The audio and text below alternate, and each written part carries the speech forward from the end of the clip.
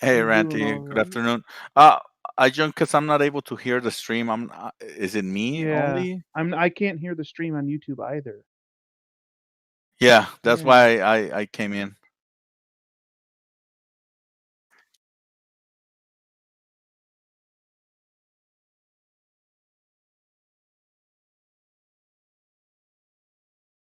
Oh, there we go. So now I'm hearing the YouTube sound. Now I am. Yeah, because I just heard it starting to come up and repeat what we just said. So I'm not sure why.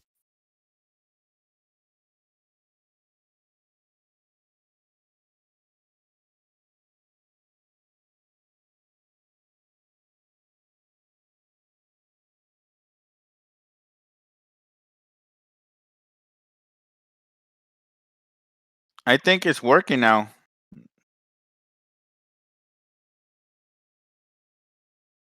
Oh, yeah, you can't hear Ranty. I can hear myself.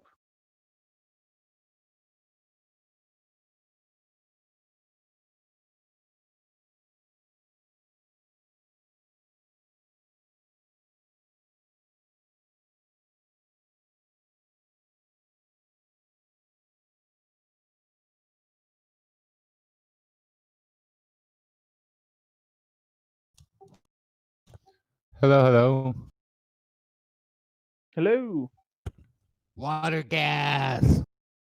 So I don't know if anyone has access to Gem's server, but if you could jump over there and check to see if Jeremy, he was disappointed, I think, that the show wasn't going to be on tonight, and then he like left before I got a message to him about Ranty doing it because I checked and saw that Ranty threw up a video thing or whatever. So if someone could pop over there to Gems and let Jeremy know there is a show, Ranty's calling it Audible.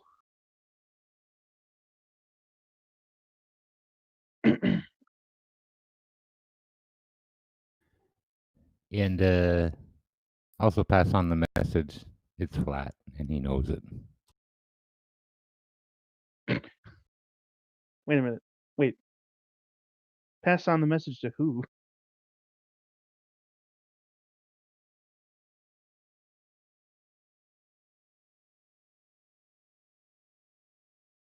Yeah. You don't really need to send him a message. I could say a few things, and he'd be here in a heartbeat. So, but I won't bother.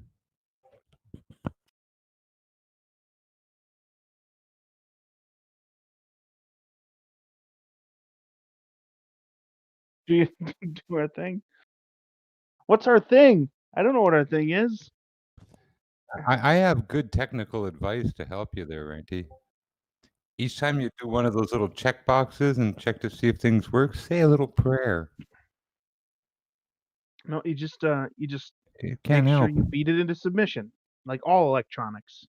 You just gotta smack it hard enough, and then they'll do what it's supposed to. Have a rubber soft spot on the wall where you can bang your head once in a while. Padded. They don't make your head bleed. For computer frustrations.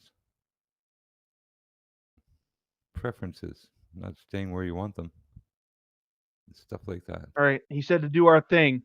Let's talk about the Jews, okay? No.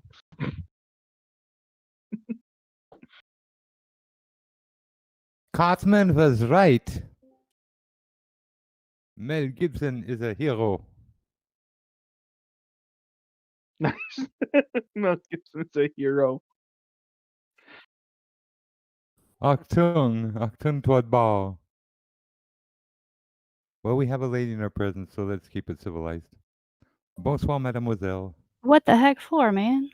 You can't Hey, why don't we Okay, fill some time by with shouting out there. the chat? That Yeah, could we be can a be drunk 7-year-old and boy on the scared. internet right now. You don't know. You don't know what's up.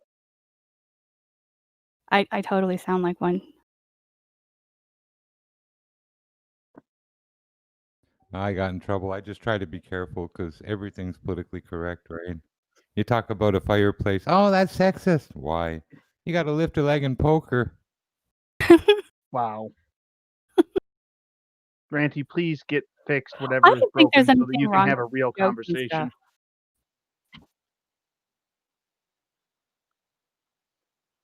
We're actually getting a bigger audience right now with the humor. This might become a permanent feature on the show. Well, how about shouting out the chat? How about that? You want me? Okay. Okay. All right. Okay. Shout out to the chat. Yeah, Matrix Media. Want to take turns? That would be cute. Leah Templar. I'm just joking. We can. Leah Templar. Ryan Q. Vincent. Bill G. Page 42. Page. Another Bill G. I'm not saying. I'm just going to go to the list. Page. How's that? I'm back. Page.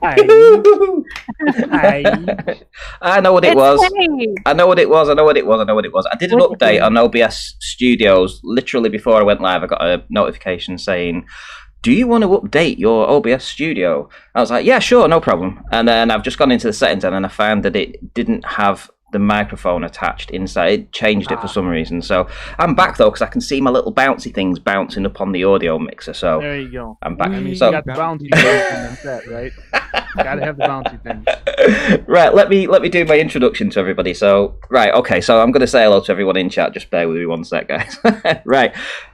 Right, hello, guys. I am back with another Chit Chat show. I know it's been a while. It's been a minute for sure. And Brandon, obviously, he's got the channel now and he's doing an excellent job. So we got a notification just before, well, I was expecting to tune in, actually, and just hear the stream, and nothing was coming up, and I went to the Discord and I saw that Brandon had put a little note in there saying, "Oh, he's feeling under the weather today," and I thought, poor guys, you've gone all weekend without a show, and now you've got to go another day without a show. I can't have that. Can't have you doing 3 days without a Brandon Ranty show. So it was just, okay, sod it, I'll fire one up, no problem. So I'm sort of stepping in today and filling the hot seat for tonight.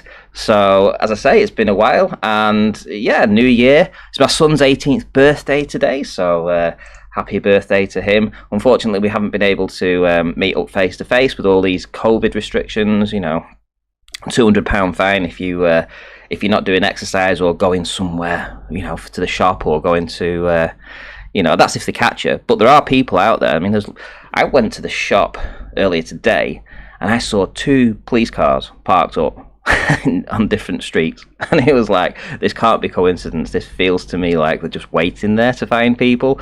So it's just one of them. I have communicated with him, obviously digitally, but it's the best I can do. And I couldn't take him for a pint, obviously, on his 18th birthday. That's kind of wrong, isn't it? Missing out on his 18th birthday, can't take him down the pub. But I suppose you can do it digitally, and hopefully all this nightmare will be over soon. But don't hold your breath on that. Anyway, so that's the script. That's why I'm standing in tonight. Sorry about the microphone issues before, guys. It was just one of those things. Don't do an OBS update just before you go live. It will mess you up. Right, okay, so let's see who is in the chat. We've got YouTube. Hello, how are you doing, YouTube? Right, let's start from the start. Have you guys already done the introductions, by the way? Have you shouted people out? Ute. Ute. Well, Paul Keelan's in there. Hey, Paul, how's it going, mate? I've met him actually, face to face, real life. How's it going? Smurfy Girls is in, and we've got loads of people in today. We're doing well tonight. So, right, let's get the show on the road. How is everyone? Oh, I think I'm doing all right. Just doing all right. Just doing all right. I'm worried about Jeremy now. Like I said, he left like right before I realized that you were going to do the show, and now I'm trying to get an invite to Gem's server so I can go over there and save him. Tell him that there's a show and bring him back. Do it. Get him over. So, how's it been? How's it been for you guys? I mean, obviously, we haven't spoken this year, I don't think. Well, I might have popped in, but we haven't actually had a proper conversation. What's been going down with you guys? What's the restrictions like where you are? Ranty. Sure. I'm wondering, is exercising together with your son for his 18th birthday out of the question? Or is that just, is exercise just too much? I don't know, to be honest. I mean, that, to me, like, you guys could, take a brisk walk to get cake. Yeah, the problem is, though, he's a good 4 or 5 miles away from where I am, Take a good walk to get there. So... You each walk 2 miles, shake hands, and turn around. Or drive to the same park. Nah, I suppose so. I suppose you could do that. But Well, there was a couple arrested for driving out to a park and walking around in Britain there. yeah, there was. Yeah. They're all over the news. Yep, and lots of cops. Not just a couple of cops picked them up. They like 8 patrol cars and 16 cops to arrest 2 people. A couple. They thought there You're was not a allowed murder. to drive places? Not unless you're going to the shop or going to work. Wow. So it's like if you were found walking around a park that was, say the park was 5 miles away from where you live, and they stopped you in the park and said, well, where do you live? And you said, oh, I live 5 miles away. And they said, well, how did you get here? You said, oh, well, I drove here. Well, that's a fine there and then. Oh, wow. This is politicians and police playing doctor and cop with the pharmacy. That's insane. Ooh, I saved him. It is insane. This Check. is nonsense. Check. Thank God. Yep, I'm getting you. Thank you, Bob.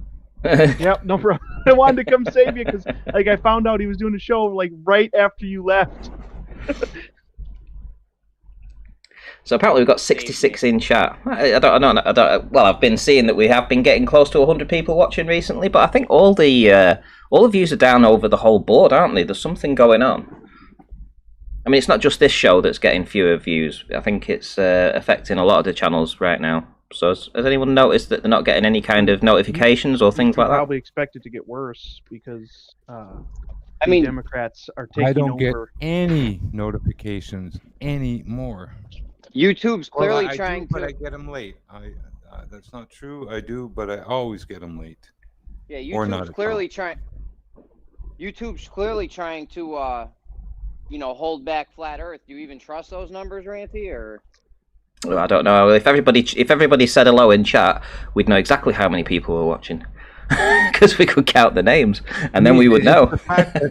It's so programmed at YouTube. If I'm watching Oakley and it ends, and I let YouTube put on the next show for me, it'll be a stupid space show, looking for life on other planets, or one of these schmucks with their all space humanity, or all that garbage that they know we won't watch. Yeah. They force it, and even they're clearly against us. So that's why when they go to the analytics of how many people are Google searching flat Earth, it's like, why would you trust those numbers? They're obviously against flat Earth. So I don't know. When they were real, they were the highest rising numbers on the net. When Mark Sargent showed these numbers, or Jaron or someone there, then they took them off. They changed the format, and you couldn't get these numbers anymore. Well, there's a little trick that you can do. I've found it's worked for me, so I don't know whether it's going to work for you guys, whether they've changed it. But the little bell icon, if you unclick it and then re-click that again, I would just try that. Give it an unclick and then a re-click, and see what happens the next time that somebody goes live. Because just that resetting it sometimes triggers it to start working again. It's worth a shot, isn't it? That seems like a major flaw in the YouTube platform. You think they would get all over that? Well, is what it is, isn't it? I don't think they really want this kind of content on their platform for much longer. Anyway, the way things are going. Thing too, they do, which is nasty. A lot of their little advertisements are 5 or 15 seconds, but when you go unattended for a few minutes on YouTube, it can put a 30 damn minute advertisement on while you're watching a 3-minute video. Wow. Yeah. Idiots. Well, I've not really been paying too much attention to what the Globers proofs have been bringing in recently, so perhaps you guys can enlighten me as to what fantastical evidence they've brought forth in the 3 or 4 months that I've been away for a little bit. They must have brought something in that time. Shit. They would have to have some. Looks like a goose egg, smells like a goose egg, talks like a goose egg. One brought some of Grandma's molasses cookies and said only molasses cookies can be flat, not the Earth. So that was proof enough for me. Oh, goodness. Right. My favorite proof is it's not flat. That's the best one. That'll do it right there, yeah. What more do you need than that? I did One catch. guy came, delivered a pizza. He knows I'm a flat earther. He opened the box. He says, "You think we live on a pizza? You idiot!" I thought about it. Yeah, you're right. We don't live on a pizza. I did catch the debate that Katz had with Brandon Toy, and yeah, it kind of went pretty well for Brandon, I thought. Oh yeah, the one with the conspiracy cats guy. Yeah, yeah. Brandon flogged always him. Brandon always handles himself well. Is that Baldy Cats? That scumbag? Yeah, that Baldy Cats, conspiracy cats guy. Same guy, same dude, innit? Yeah, I watch his so-called critiques, and he's such a cherry picker. He's such a turd. It's almost disheartening. At least if you're going to debunk flat Earth, make it a challenge, make it something real, not superficial garbage that he puts out and just drivel. Well, I don't think he goes out of his way to try and debunk anything. He's not a debunker channel per se, is he? He's more of along the lines of like a piss taking channel, I would say. You know, I mean, if you watch Simon Dan, you know, at least he will say, okay, there's this sort of evidence that we have, but Conspiracy Cats just sort of like mixes up a lot of different people's words and outtakes and clips and puts them in and pretends that he's talking to him on the phone and things like that. So, two different sides. But I saw his explanation for what he felt the inferior mirage was. I watched him on this other debate, and it was sad because it explained it made me understand why all this time when he's used the boat, the Stena line going off into the distance with the inferior mirage at the bottom, and he keeps playing it and saying there's no inferior mirage there, and it's like, dude, can you not see the inferior mirage? I mean, are you insane? And then when he sort of like, I got him to what was it on? Agree to disagree, and I put in the chat and I put it to the moderator there, and he asked Conspiracy Cats would he show the file about what he thought the inferior mirage was, and he did, and it wasn't an inferior mirage. He was showing reflections off the water. He thought that reflections off the water was the inferior mirage, and oh my, it was so embarrassing because I'm like, well, that explains it all then. That explains why all this time when I've been trying to tell you that this is the inferior mirage, he doesn't even know what the inferior mirage is. So on that was quite telling. So I don't think he's a debunker because I don't think he puts that much effort into understanding our argument. You know, he's not like who's that German guy? You know, the guy that's a bloke with tits. What's he called? I don't know. The bloke with tits. The guy with tits? Yeah. What's he called? I'm not into that kind of. The guy that speaks German. The guy that's, come on, he's got a channel. He's got a debunking channel. Come on, guys, help me out here. Oh. I don't even know.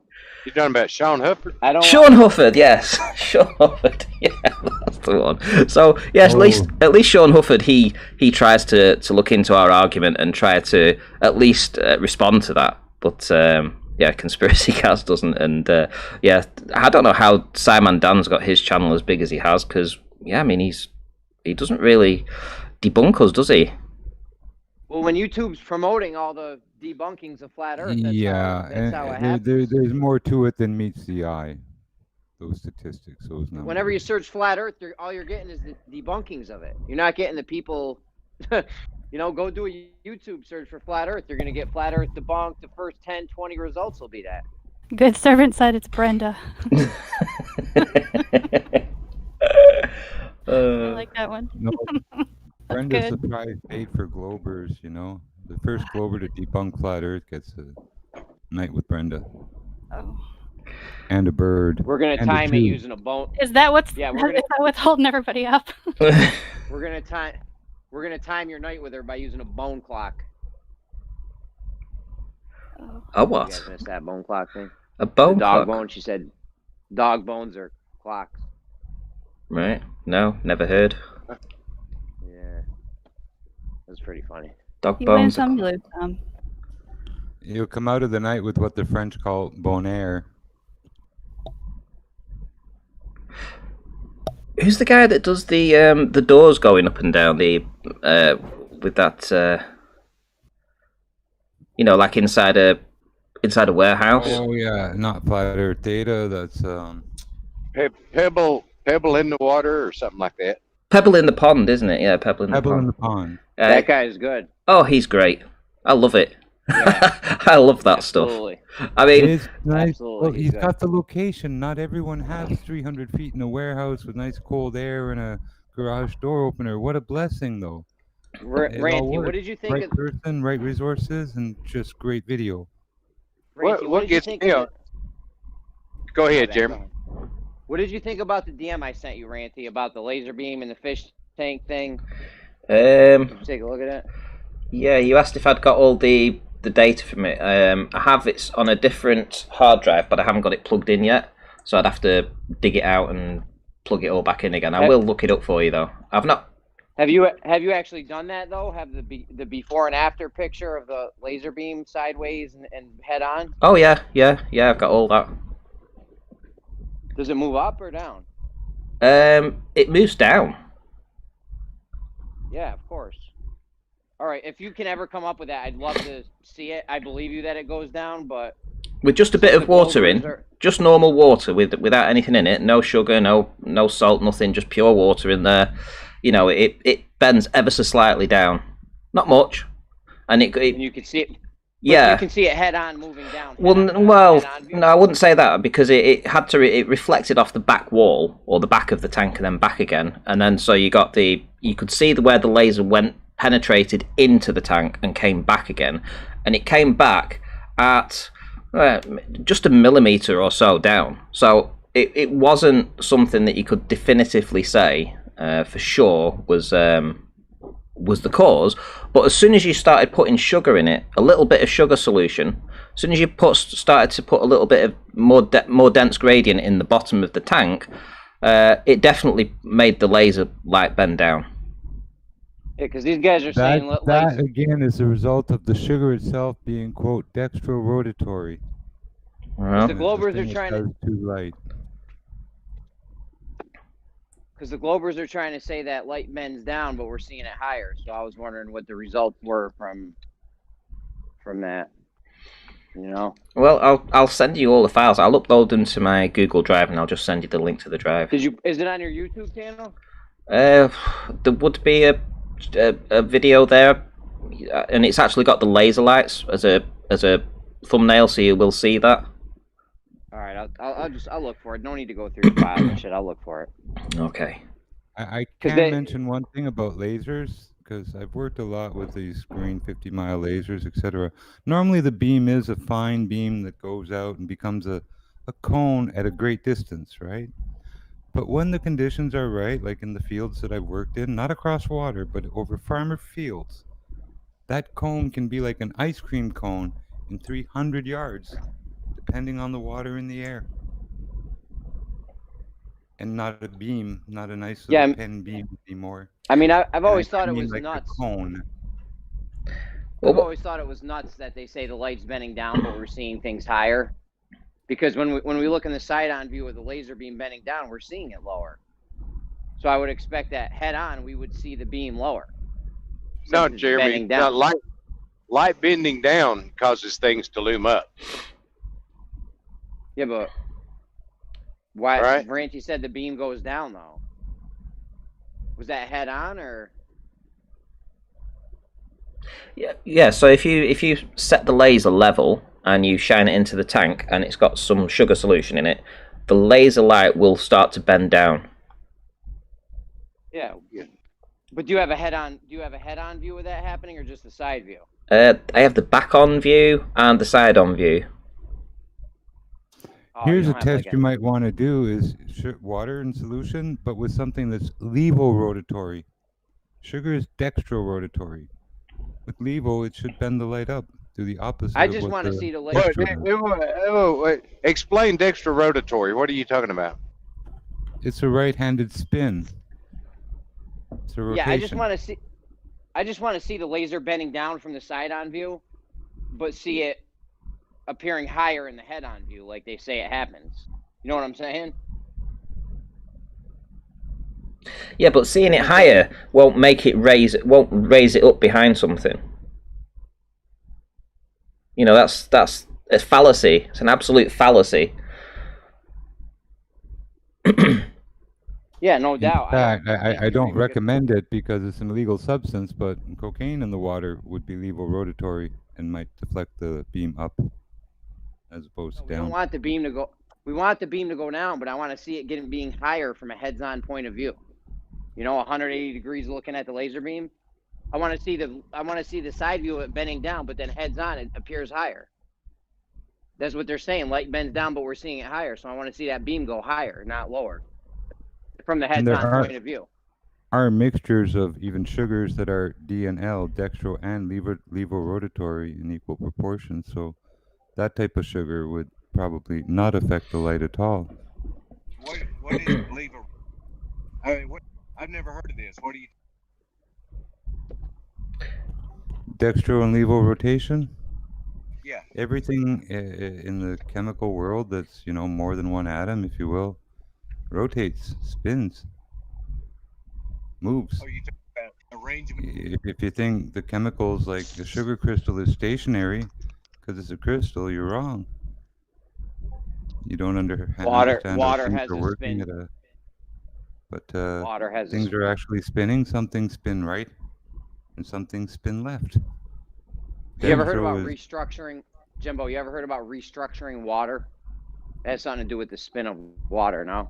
Yeah, water has at 72 degrees an angle between the two hydrogen of 108 degrees.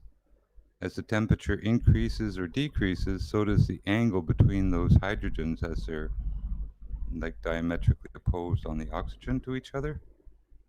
As you raise the temperature towards boiling at sea level, they start to be almost at 180 degrees to each other.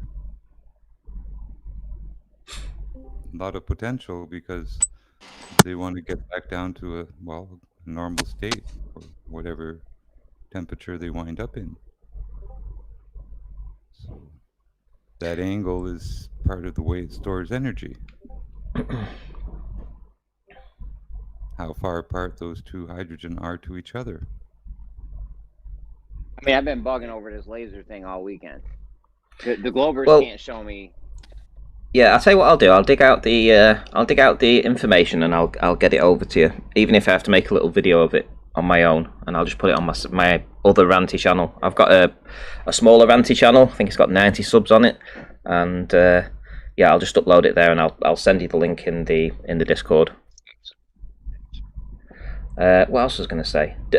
So did Rumpus ever get around to doing his test? I know that he came on the show 3 or 4 times last year, and he was saying what he was going to. No, not that I know. I don't think so. Did he? No, he had trouble. I think he came on and whined about some stuff though. Yeah, videographer. He had his video cameraman. Yeah, that's right. He had to train his camera guy. I forget what he was saying. Something crazy about the camera guy. Right, because this was going to be like the best thing for Globe Earth, and he was going to prove Globe Earth with this apparently, and he made a big song and dance about it. It's a shame that he didn't get around to doing that. It's like you said on the front end. He's over an auto level, brilliant. He's he was overdoing it, like you was talking about, Ranty. He was trying to do too much with the one simple observation, Mm. Well, I don't think you can use an auto level at 6 miles. That might just be me, but this might sound uber simple, but where I grew up, from Matapedia to Persay Rock at the end of the Gaspé Peninsula, it's 111 miles.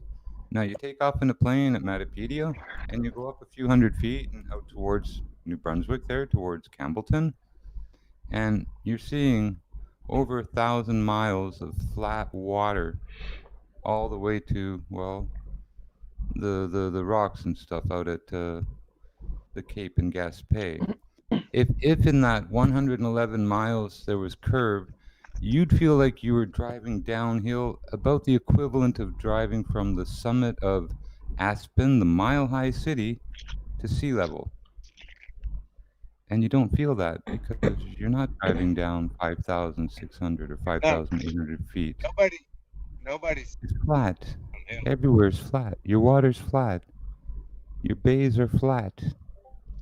I was on the other channel and talking about how I used to sit in Richmond and watch the people partying 20 miles away on the other beach in New Brunswick, and I'm in Quebec. Well, there's another guy on the channel who's talking about a little town that's over maybe 30 miles from Jacket River.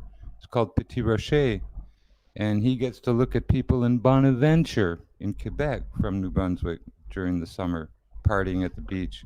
He's 24 miles away.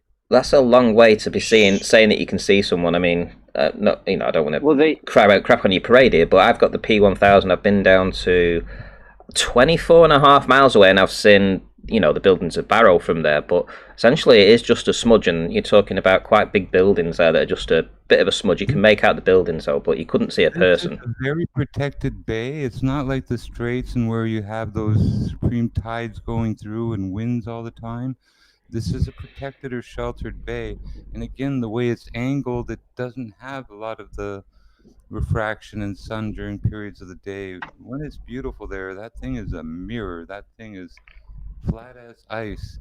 And the sky, like there's no real factories and mills producing shit no more. The views are spectacular. But I think what Ranty's saying, though, you probably have trouble seeing people at 24 miles, right? Yeah. Is that what you're saying, Ranty? Yeah, definitely. Yeah, you would need something far superior than a P1000, and you know the P1000 even at maximum zoom, the P1000, you know, you can see 100-foot building in width, but you wouldn't certainly be able. So can I finish my point, please? Sorry. Because I've got the P1000, I'm out using it. You wouldn't be able to see a human at 24 miles, I don't believe, with a P1000. That's just my personal opinion. Yeah, I don't work with a P1000. I work with a Canon. Yep. And I work with an extreme zoom lens. You have a P1000, 1000 millimeter zoom. I got a 2600 millimeter zoom.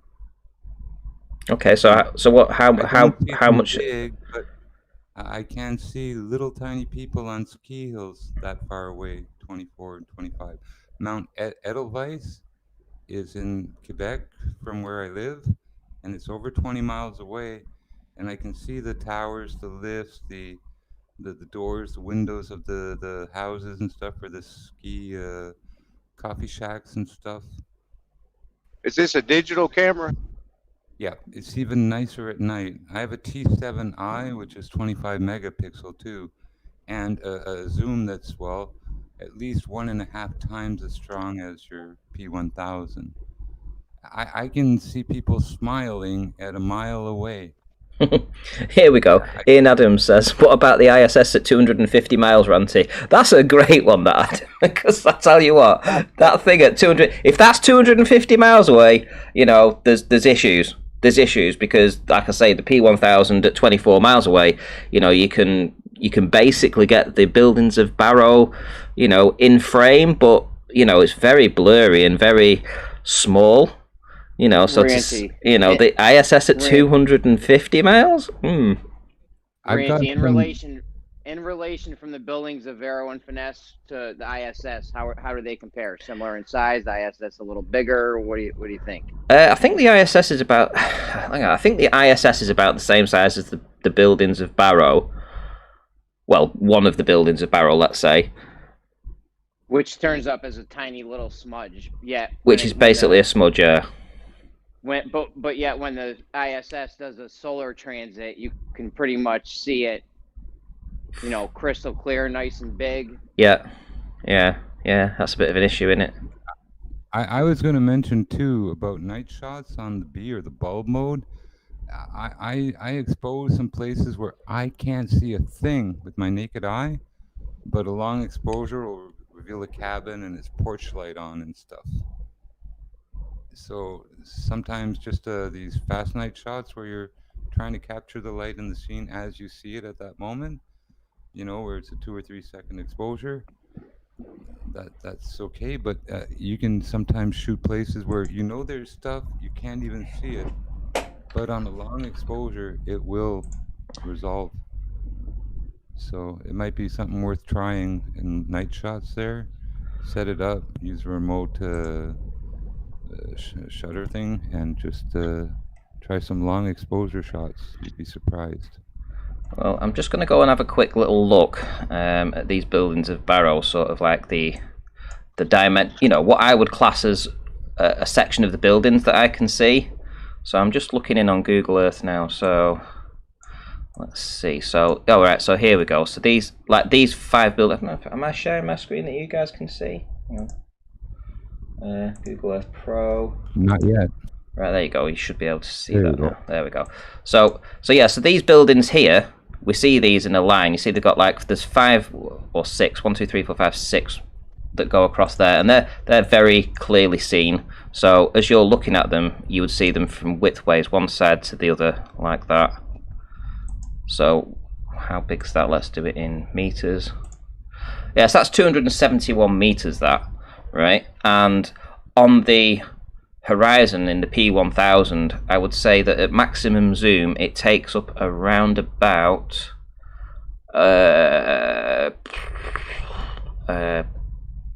probably about 1/5 of the screen.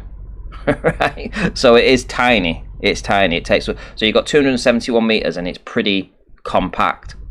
You know. How does that compare to the ISS? Well, you know. Well, put it this way: you can zoom into the moon, and you know you can fit the moon fully in your camera, no problem. And then you can zoom in again, and even closer, even closer, even closer. And yet, when the ISS transits it, is it something like 50 widths of the ISS or something that if you stack them one to the other, it would just go across the width of the moon. So it doesn't match up. That's what I'm trying to say. You know, I don't doesn't think match up. Yeah, that's what I thought. That's what I thought you were trying to get at. Yeah. And, yeah, because at maximum zoom, right? So at maximum zoom, this sort of like this area here. Let's suppose at maximum zoom, I could film from there to about, let's say, here, right? That would be about maximum zoom, right? So I'd see all this area here in my camera at maximum zoom, which would mean that when I'm looking at these buildings here, which is 270 meters, they're taking up about 1/5 of the actual what I'm trying to view on the camera. That's it. They're only taking up about 1/5 of it, right? And that's 271 meters. But with the moon, yeah, you can zoom right into the moon, and the ISS would look rather large as it passed it, because it's only so many frames, you know, that you can see. I'll have to bring one of those images up from the ISS actually and see how big it is against the moon. But I think it's about 50 or something like that. You could stack 50 of the ISSs from one side to the other as it transits the moon. But yet you can zoom in really, really close to the moon. Yet these buildings are just 24 miles away. The ISS is 250 miles away. So essentially it should be 10 times smaller, and it's not. Yeah. Yeah. You know. From what you were saying, it didn't sound like it was matching up to me. No, it's not. It doesn't. That's I'd have to do some. Issue. I'll tell you what I'd have to do. I'd have to. Well, yeah. I'd have to figure it all out and do some calculations, and you know, maybe some people could do some tests or something like that and see what they can work out on it. It would be interesting to know if they had a building that they had a distance to, and they knew the width of it, and they had a decent camera that they could actually calculate it and then compare it to the moon and scaled it. But yeah, absolutely. Have an object. Sorry, go ahead. I was going. Hey, didn't Frederick do that a couple of times? I don't think so. He didn't. He didn't. No, he didn't, because he didn't. He just scaled the ISS, I think, past transiting the moon, but he didn't scale it from a camera as a known object and distance. See, I scaled it. Yeah, like I scaled it. I think we're on. I scaled it. I actually got the ISS, and I cropped it out, and I got it to the distance. I scaled it, and I measured it across, and I did all that calculation. And with the calculations they give us and the size and dimensions of the ISS that they gave us, it matched, right? So if you looked at the moon and you looked at the ISS and you individually placed the ISS transiting it, and you added it all up and you worked out the distances, you calculated it, yeah, it was spot on, you know. And I was hoping that but that's not using another camera. Here on where we live, and that's just going off what they say the moon is, though, the size of the moon, right? Yeah, exactly. So on the scale it was.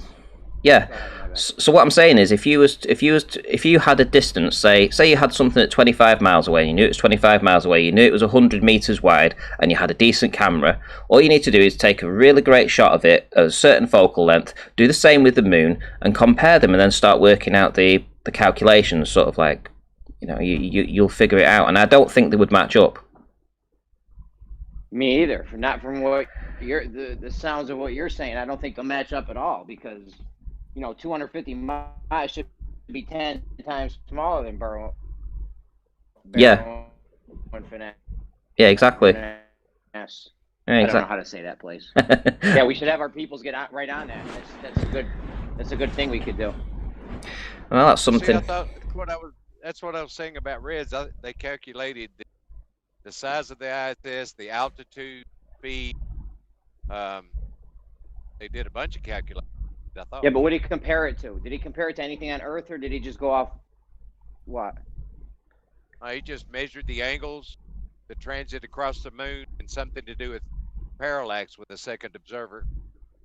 Yeah, but what we're talking about is something totally different. Oh, okay.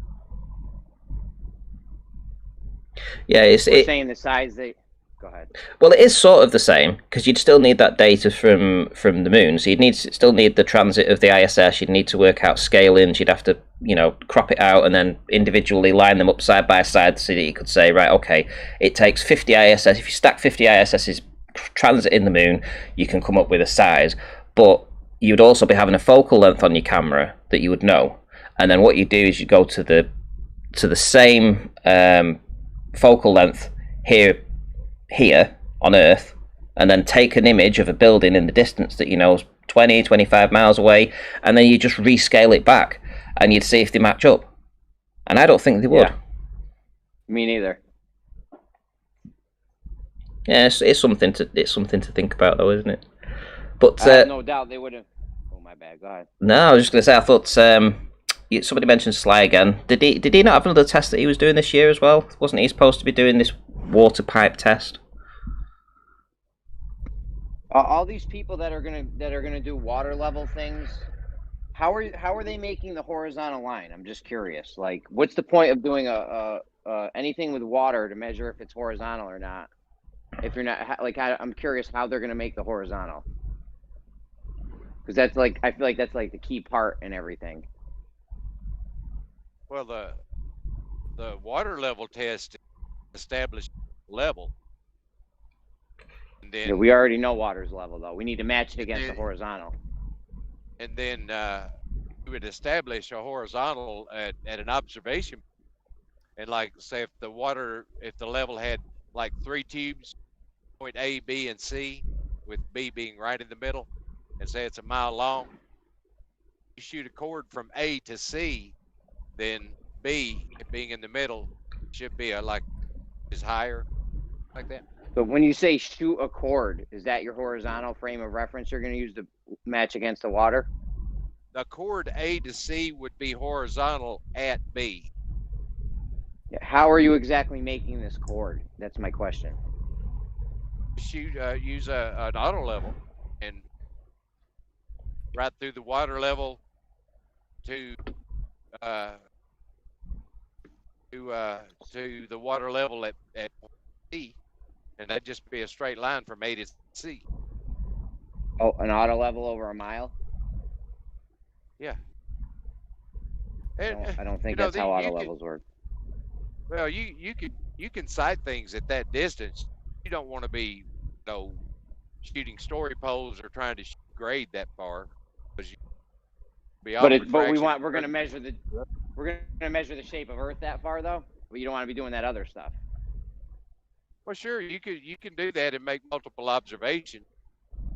Your numbers drop. I don't know. Seems a little fishy. I don't think you want to be using an auto level over a mile. That's just me though. And other surveyors that I've talked to, people that use these tools.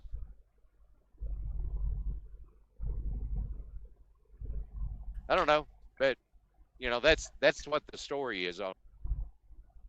Yeah, I don't think that's a good way to make a horizontal since we know light's bending, but whatever.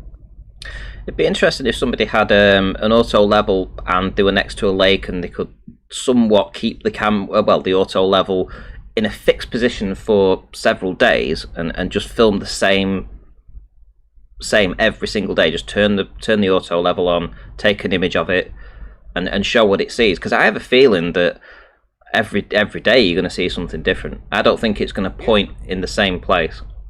Yeah, it's going to go up, down, all throughout different days, depending, if the atmosphere changes at the location. Yeah, it's going to be going up, down, and you're not going to know what's what. Yeah, George Natchez has done that, and he's shown all of his observations. And he does have some extreme, with even like the water level being almost to eye level or something like that. Oh, imagine that. Multiple observations. Yeah, but what's interesting is that you never see something lifted up from behind something else. You just see things moved around and bit squished and a little bit stretched or a little bit distorted, a little bit warped. Sometimes it looks a little bit higher in the frame, sometimes it'll look a little bit lower, but you never see something loomed up. Nothing's lifted up behind something else, ever. And this is what we need to stick on. What they will say is, oh, we've taken an image on one day, this is the auto level, and the next day it's this. This is showing that the whole image has been loomed up, right? No, it's just saying that what we're seeing, what we're presented with, may look in a different position due to like an effect like looking through a kaleidoscope where, things are twisted around, but something isn't lifted up from behind something else.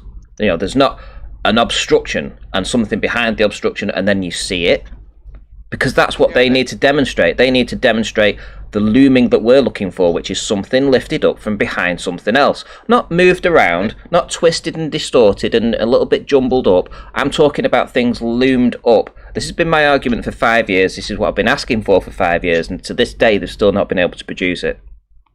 But the Black Swan is a perfect example of what you're talking about.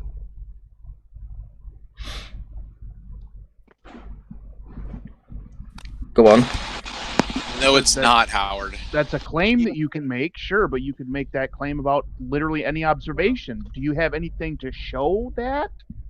Like, you just made a claim and you're not providing explanation here. It's been, I'm driving the truck down the road. I can't provide thing, but that's the story, that's just what they say. Right, so you're just repeating what they say.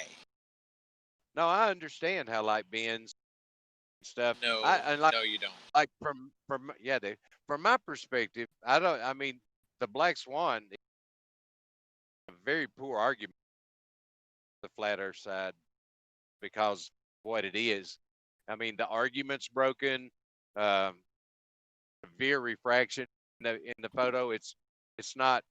Yeah, again, that's an argument. That's a claim that you can make. Sure, anybody can make that claim, but you're not providing anything to show that what you're saying is actually in any way true or accurate or logical at all. You're just saying things.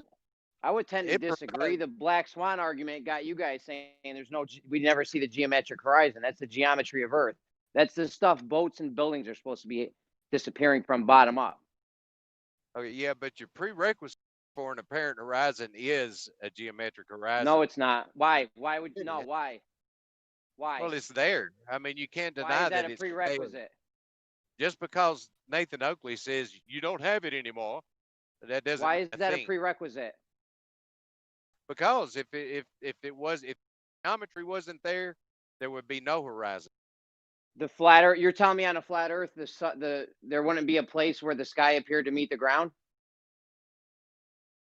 Correct. Eventually, it would be off in the. What would it look like? What do you imagine flat Earth would look like? Where the sky this has already been demonstrated to be incorrect. So anybody who keeps saying that, we can just ignore them now. What does flat Earth look like? Everything you say too. I'm okay with that. Yes, fine. Okay. Well, I guess that conversation's over. Hell. All right, good. Howard. We can move on to something fruitful. I would be happy for the conversation to be over. Howard, hi. You seem to be missing the significance, in my opinion, of the fact that the horizon always changes location. No, Okay, listen. It rises up. It falls down. It draws closer to you. It moves farther away. Yes. Okay. So that can't be geometrical. It's always refraction. If there were no atmosphere at all, then you would be looking where at. Okay, listen. There's no reason to talk about something that's never going to happen, Howard. There's no reason. It's a concept to understand. No, it's not. No. Just don't tell me about the color of a unicorn fart. Don't tell me about it. Okay? It's irrelevant. Hey guys, I'm presenting something if you just want to have a quick look. It's something I'm trying to just sort of like demonstrate with what I'm talking about with this, what they claim is refraction and what they say is, supposedly looming, right? Well, this woman's face, right? It's a 3D image of this woman's face, right? We see the 3D, well, we see the whole face the entire time, right? The whole face, it's just moving around. Things. Flat Earth, and I'm leaving with nightmares. So things are being jumbled around, but nothing's being loomed up behind something else, right? Nothing's being loomed up. The image is being moved around, sure, right? But you're not getting something looming up from behind something else. So I kind of feel like, in my mind, I'm having to, because I can't watch my phone and drive, but I feel like that maybe you're to like loom a car up from behind another car. Is that what you're saying? Loom. Say that again. like the way you're talking, I'm like, are you wanting to like a vehicle loomed up from behind another vehicle? Yes, yeah. So if there was a vehicle in the way of another vehicle, sure, yeah, exactly, that sort of thing. Yeah, I feel like that would be extreme. Well, that's what your guys claim happens all the time. When we see a building in the distance that we shouldn't see on a globe Earth, right? It's being loomed up from behind the horizon, right? So your idea of extreme isn't, because that's standard refraction in your model. Well, like yeah. Standard refraction over like a 3 mile observation is only like a half a degree or something like that. You've just completely missed what I've showed you, haven't you? It just went over your head. Instead of saying we see 8 miles farther, they're just say, "Oh, it's only a fraction of a degree. Don't worry about it." Instead of just saying it's 8 miles farther. It doesn't take much of a wiggle to change things drastically. Yeah, but the wiggle doesn't make things lift up from. It doesn't make a car lift up from behind another car. You'll only ever see the car that's in front of you. You'll never see the car behind the car that you can't see. Right? That's what I'm trying to say. So what you might see is you might see the car in the foreground being shimmied around a bit, like what I was showing with that 3D image of that woman's face, where it's just being moved around and changed a little bit and morphed into a different position. But you won't see something from behind the woman suddenly pop up and loom up due to refraction, because that just doesn't happen. We've never been able to see it. Well, it's like that demonstration where they pour the nitrogen over that propane tank and they loom the clay up. You don't see the whole chunk of clay jump up from behind that tank. You just see the color. Yeah, you mean the one where they put the cold liquid with the warm air above it, right?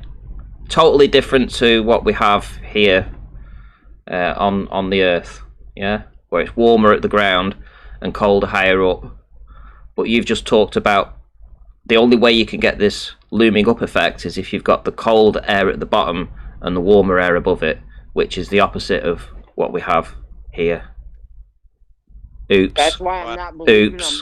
Oops. That's kind of a big issue.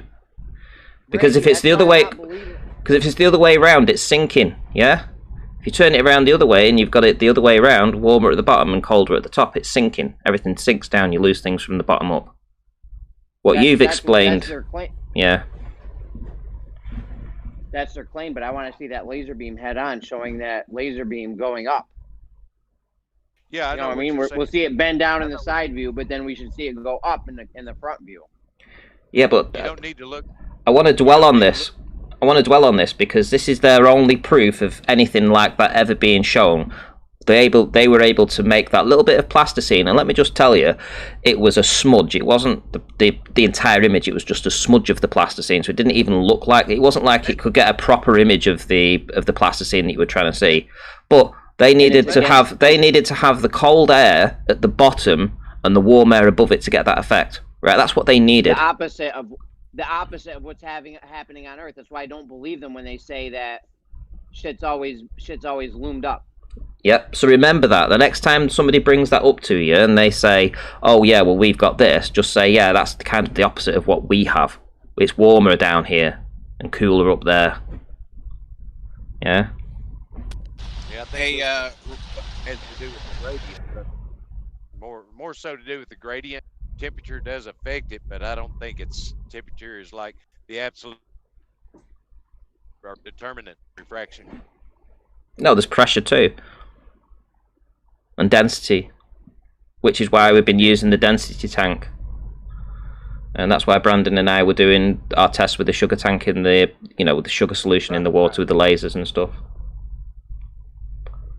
And then obviously you've got other people coming along that are lifting the doors up. You've got other people that are lifting the doors up. Yeah. Making the temperature isn't a big deal, and they can just redo the experiment and use the same temperature water for both parts of it, right? Just keep the same temperature. Mm-hmm. If the temperature doesn't matter. Yeah, that was a very cool video. Now I'm going to say what from a glober's perspective, what was significant to me in that you've got people like Flatzoid are trying to illustrate obstruction over a flat surface over 4 meters, 12 feet piece of floor. When that observation in that garage door deal was 300 feet and the door was down before everything, there was nothing obstructed of the light or the little boat, so that was sort of contradictory to obstruction over a flat surface. Totally blocked that light out. That fucking Pebbles guy is the shit, man. He's great, isn't it? That was a cool video. It really was. Well, Yo, if he needs anything for anything he's gonna do, I'll chip in a few bucks in Bitcoins or something. Yeah, definitely. I mean, that's what new people that are bringing this stuff, bringing it to the debates. We've been doing this for 5 years, guys, and you get somebody comes along with a totally new perspective, a different idea, just like the miniature boat people. I keep forgetting their name. Yeah. Sky Free. That was good too. Sky Free. Their miniature boat, where they were able to miniaturize what you see going across flat bodies of water, and essentially you could match that up to what Travis has been showing with his ether bandiness, where it goes into the inferior mirage 2, with the stuff that I've been doing, and they were able to replicate this on a very small pond. I think it was only 400 feet across, and because they had the calculations about how high the camera was, etc., they were able to prove that there would have been no obstruction due to Earth curvature at all. So anything that was there was just purely optical, and they were able to get the same inferior mirages hiding the boats and stuff.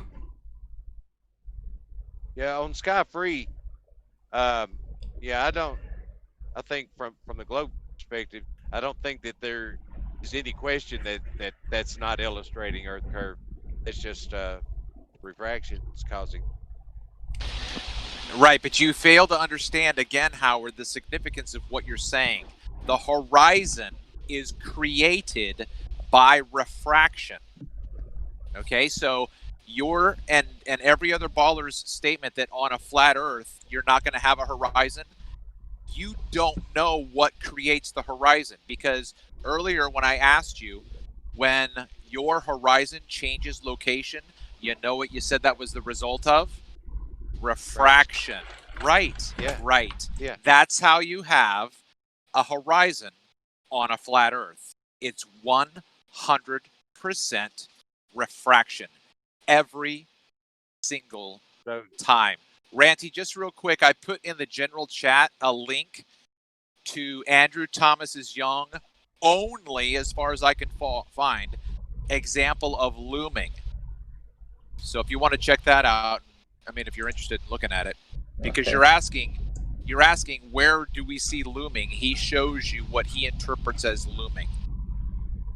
Okay, let's see if I can bring that up. Just one sec. How far back did you do it? It's been a while ago. So Ranty, that thing. It looks like it says 21 messages have passed since I put mine in. Does it say? Is it like a distant rock? It's at 6:20, and it's just coming up on my app. It's just coming up as the image itself. So you should have this. Right, I think I see it. Yeah. Oh, with the sun. Yeah. So Yeah. there's 3 panels. There's 3 panels to the right, showing different developments of the same islands. These are the Farallon Islands in San Francisco, out past the bay. So anyway. Interesting.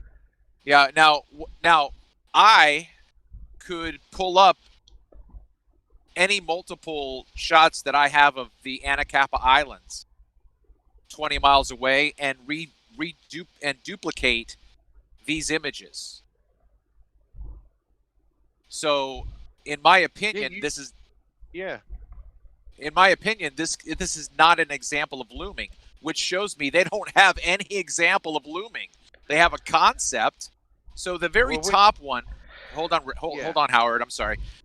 The very top one, because he doesn't label it, is the norm.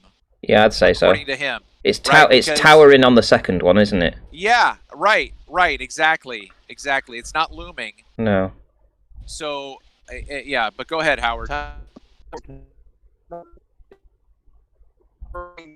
Yeah, you robot in there, mate. Yeah, we can't hear you.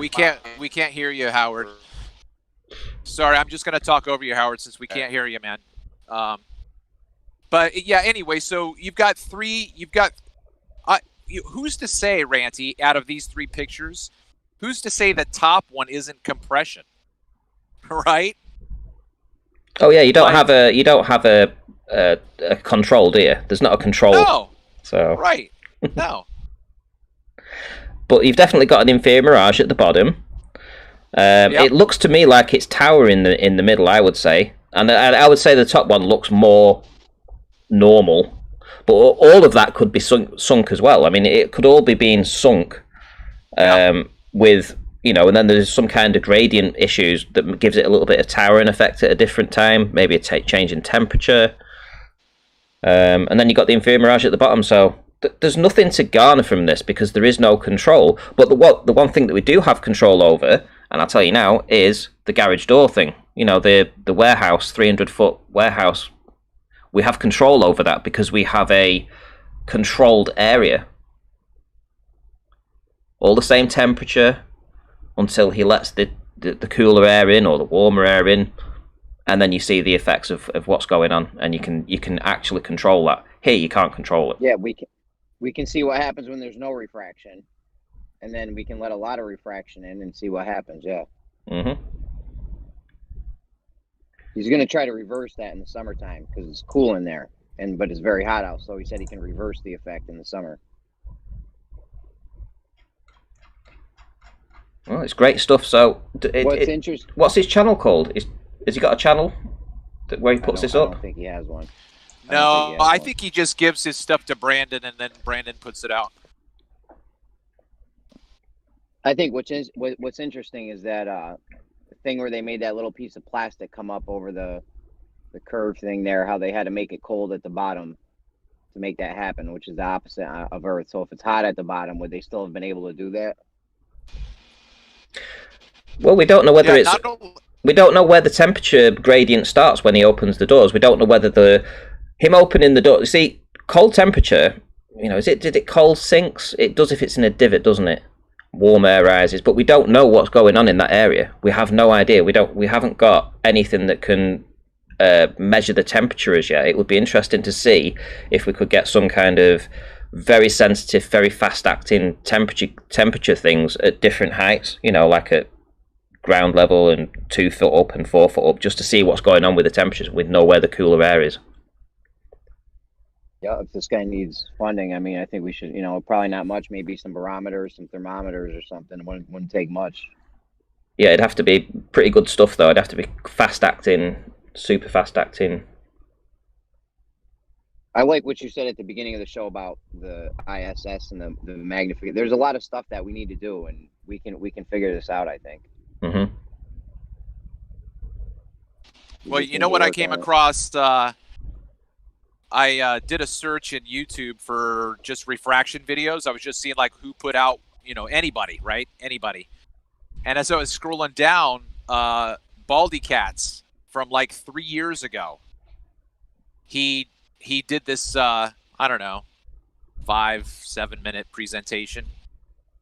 And he makes this comment that I don't remember which one he was arguing for, but whereas we understand that the more dense medium is at the bottom, right? And cold air is more dense than hot air, so it's at the bottom.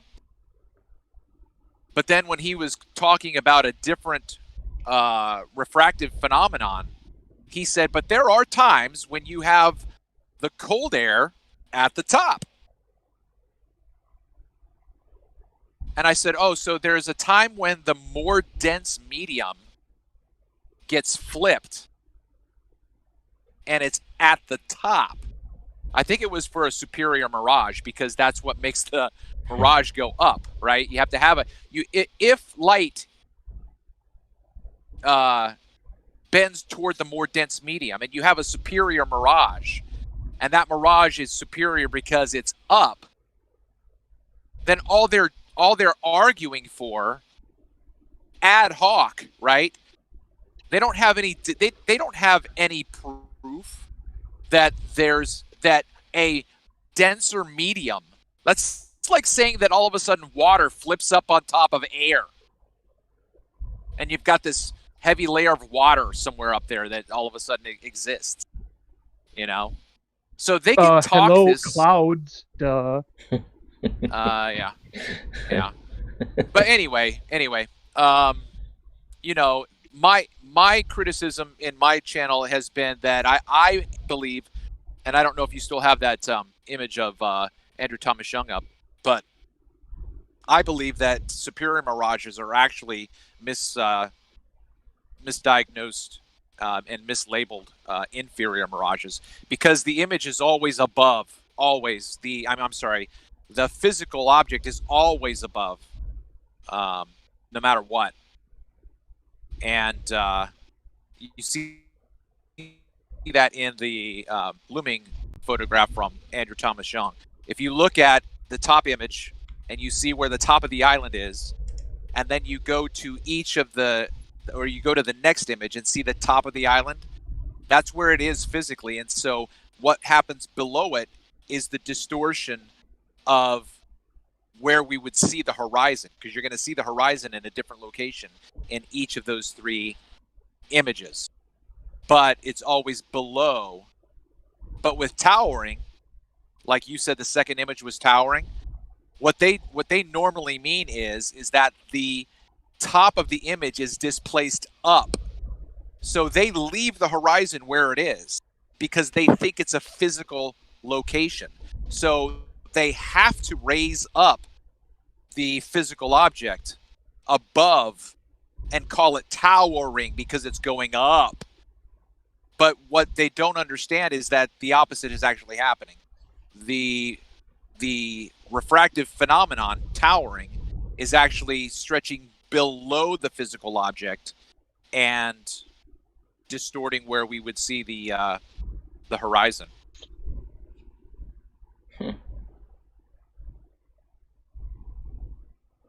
So what's your plans for this year? Have you got any tests that you're going to be doing this year, other than just taking images? Have you got any plans for doing anything, expanding anything yet?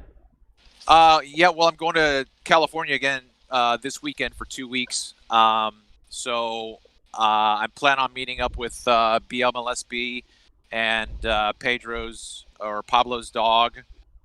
Going to try to meet up with Captain Joe Mama and maybe see if we can do a laser or a mirror flash from 13 miles. I'm going to try to set up a water level to record the horizon from a higher elevation and a longer time period. So I'm going to try to change up a little bit of what I've done based on what I've done so far and see if I can come away with anything more substantial to talk about.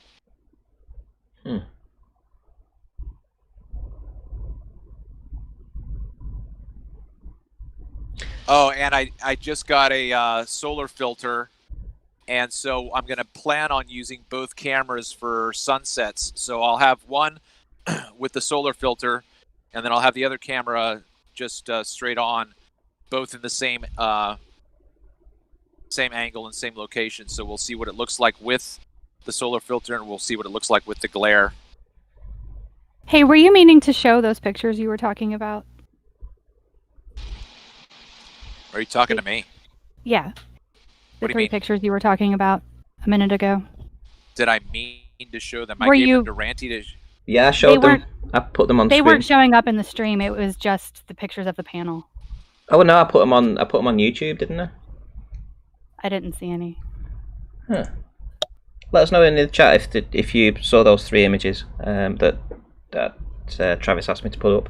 I'm sure I did, but we'll get an answer in a minute. I was thinking, you know, the guy that lifts the garage doors up. Something's just come to me now. He has a laser, doesn't he? Yeah, he's got a red laser, yeah. So what happens if he was to put a brick, let's say, by the door, and then place his laser next to his camera, but off to the side, and then shine the laser across the ground till it hits the brick, and then open the door up at the back, so you're tracking the laser light, the laser beam, all the way to the brick, and then when he lifts the door up, I'm sure as he lifts the door up, you'll see an effect on the laser beam itself. If you have all the lights off, you'd have to turn all the lights off, so you could see the actual beam itself. You know, as it goes across the floor. Are you talking about looking at it orthogonally? Yeah, down the line. So, you know, you'd have the laser, set the laser 2 foot to the left-hand side, let's say, of where your camera is. You know, put it up a couple of inches, just level it out so it's completely straight across the floor, right to a brick, let's say, by the door that he lifts up, and then lift the door up. And if you've got the lights turned off, obviously you'll see this laser beam going the whole way, this 300-foot straight line laser beam. But when he lifts the door up, you'll see an effect on the laser beam, and you'll be able to see whether or not the laser beam bends up or it bends down. Yeah. That sounds like a reasonable observation. Yes, yeah, they saw them, yeah. So they saw them in the chat, so that's good. Right. Yeah, I think that would be something different. See, so it's something I've tried to do. I tried to get that done with the drone, didn't I? I arranged, somebody went over to Barrowing Furnace, but yeah, the weather turned crap and it pissed down 20 minutes before we were due to actually, to do it all. Yeah, it was quite disappointing actually. So no, you know, we couldn't see. He couldn't see the laser through the rain.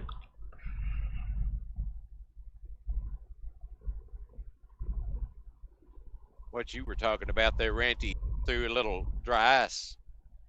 You know, those smoke generators. Be able to laser well. That's an idea. Do you know what I mean about what I'm trying to say here with what I'm asking this guy to perhaps do? Yeah. You're talking about Pebble in the Pond, right? Pebble in the Pond, yeah. Yeah. In the same setting, shoot a laser across the floor and raise and lower the door and try to illustrate the laser or see what it does. Yeah, so because you'd have your camera quite low on the floor, let's say, so the center point of the camera is going to be just say 2 inches off the floor. and then you've got a laser to the side that's set up to 2 inches off the floor, and you're targeting something that's 300 foot away. So it's like you're looking down the scope of you know, of a laser guided rifle or something, but obviously the laser's just to the left hand side here. So you can see that you can track the laser from the side, you can see it all the way down to the garage doors. So hopefully in that setting you're going to get a lovely straight beam from A to B. It's only 300 feet, it shouldn't have too much beam divergence, so you should be able to see the spot where it hits the brick, let's say, near the door.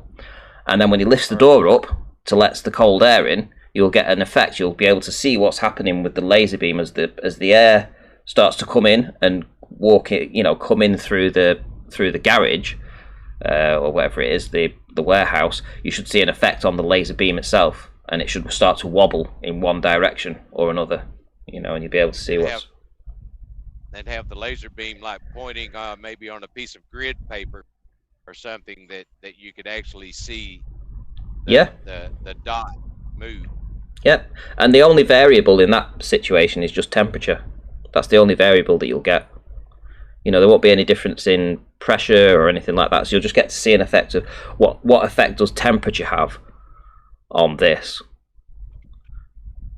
Yeah, and what you were talking about with, like, what I visualize something that would cause sinking or a density inversion. Say it's, you know, early spring, late summer, and a polar vortex blows in across that super cold air blowing in across that lake. Well, actually, that would make it bend more down because of cold air. I don't know. I'm trying to figure out what situation would actually cause the light to bend up instead of down. It doesn't. But again, you're talking in the realms of a laser beam here. So we're using a laser beam for illustration purposes, but that doesn't mean that that's what we're seeing in reality, because, you know, we're not just seeing an individual laser beam. We're seeing, if we believe in, you know, rays of light, which I don't personally, but there you go. You know, you believe that you're looking at millions and millions of light rays that would all be tracking the same direction, you know, the whole time. I don't believe that. Interesting too, Ranty. Your experiment. Imagine if at the end, when he opens the door, imagine if that light would disappear for a little bit. I don't imagine so, because it's coherent light. It's more powerful. But imagine. Yeah, I mean, it might sink. It might just sink into the floor. So you might actually see the laser beam go straight for 2/3 of the way down, and then it start to curve downwards and just hit the floor. And then it would probably bounce off the floor, you know. Yeah. But you'd see that. We expect to see sinking, that's for sure, right? According to possibly, you know. Well, it's just to see what the effect does. We can't make predictions until we actually see. Just do the test without any kind of preconceived ideas of what you're expecting to see, and then, you know, formulate your, you know, the things after that. See what happens with the temperature. See what happens. You know that it's going to be warmer nearer to you, and it's going to be colder nearer the door. So just use that. See what happens. Does the light bend up? Does the light bend down? And then, you know, take it from there. And then you can just do this step by step. You know, each step is a bit more knowledge, isn't it? Yeah. I like that idea. But I was thinking, imagine if it disappeared near the end for a while. Like, you know, that light disappeared. Oh, right. You mean it doesn't get to the... You mean it doesn't actually make it to the brick? It just vanishes? Exactly. Yeah. Well, I can't see that happening. I know. You make your prediction of what you would expect to happen, then do it, watch what happens. You know what you're doing there, right? Well, no, you're just making an observation. That's all you're doing. You're not performing a scientific experiment. You're just doing an observation. Oh, yeah. All you're doing is, I'm going to put this laser light here. I'm going to see what happens to it when I open the door. And then... we classify it as science observation. Yeah, the thing with the laser beam is if it bends down, if the laser beam bends down, according to the Globers, we should see that higher. Because light's bending down, so we should see the laser beam head on. We should see it higher. You know, you might want to do, Jeremy, what you were talking about before is place a camera on the other side, on the outside of the garage, and see what happens to the light from that perspective. And there's 100 things you can do, you know? I just don't believe them when they say everything's being loomed constantly. That's the natural state of things, is we're seeing things higher. I think we're seeing things lower than they are. And that explains the disappearance of things bottom up. The light's not making it to us. But can you illustrate that in any way that would make sense? And I'm not being pedantic or any. I'm just saying, is there any way that you illustrate that? Yeah, but with the laser, with the fish tank and the laser beam thing. Well, see, if the laser beam is bending downward, that causes things to come up. You know, no, it doesn't. No, it doesn't. It does not. That's what I'm saying. Like they're bugging with this.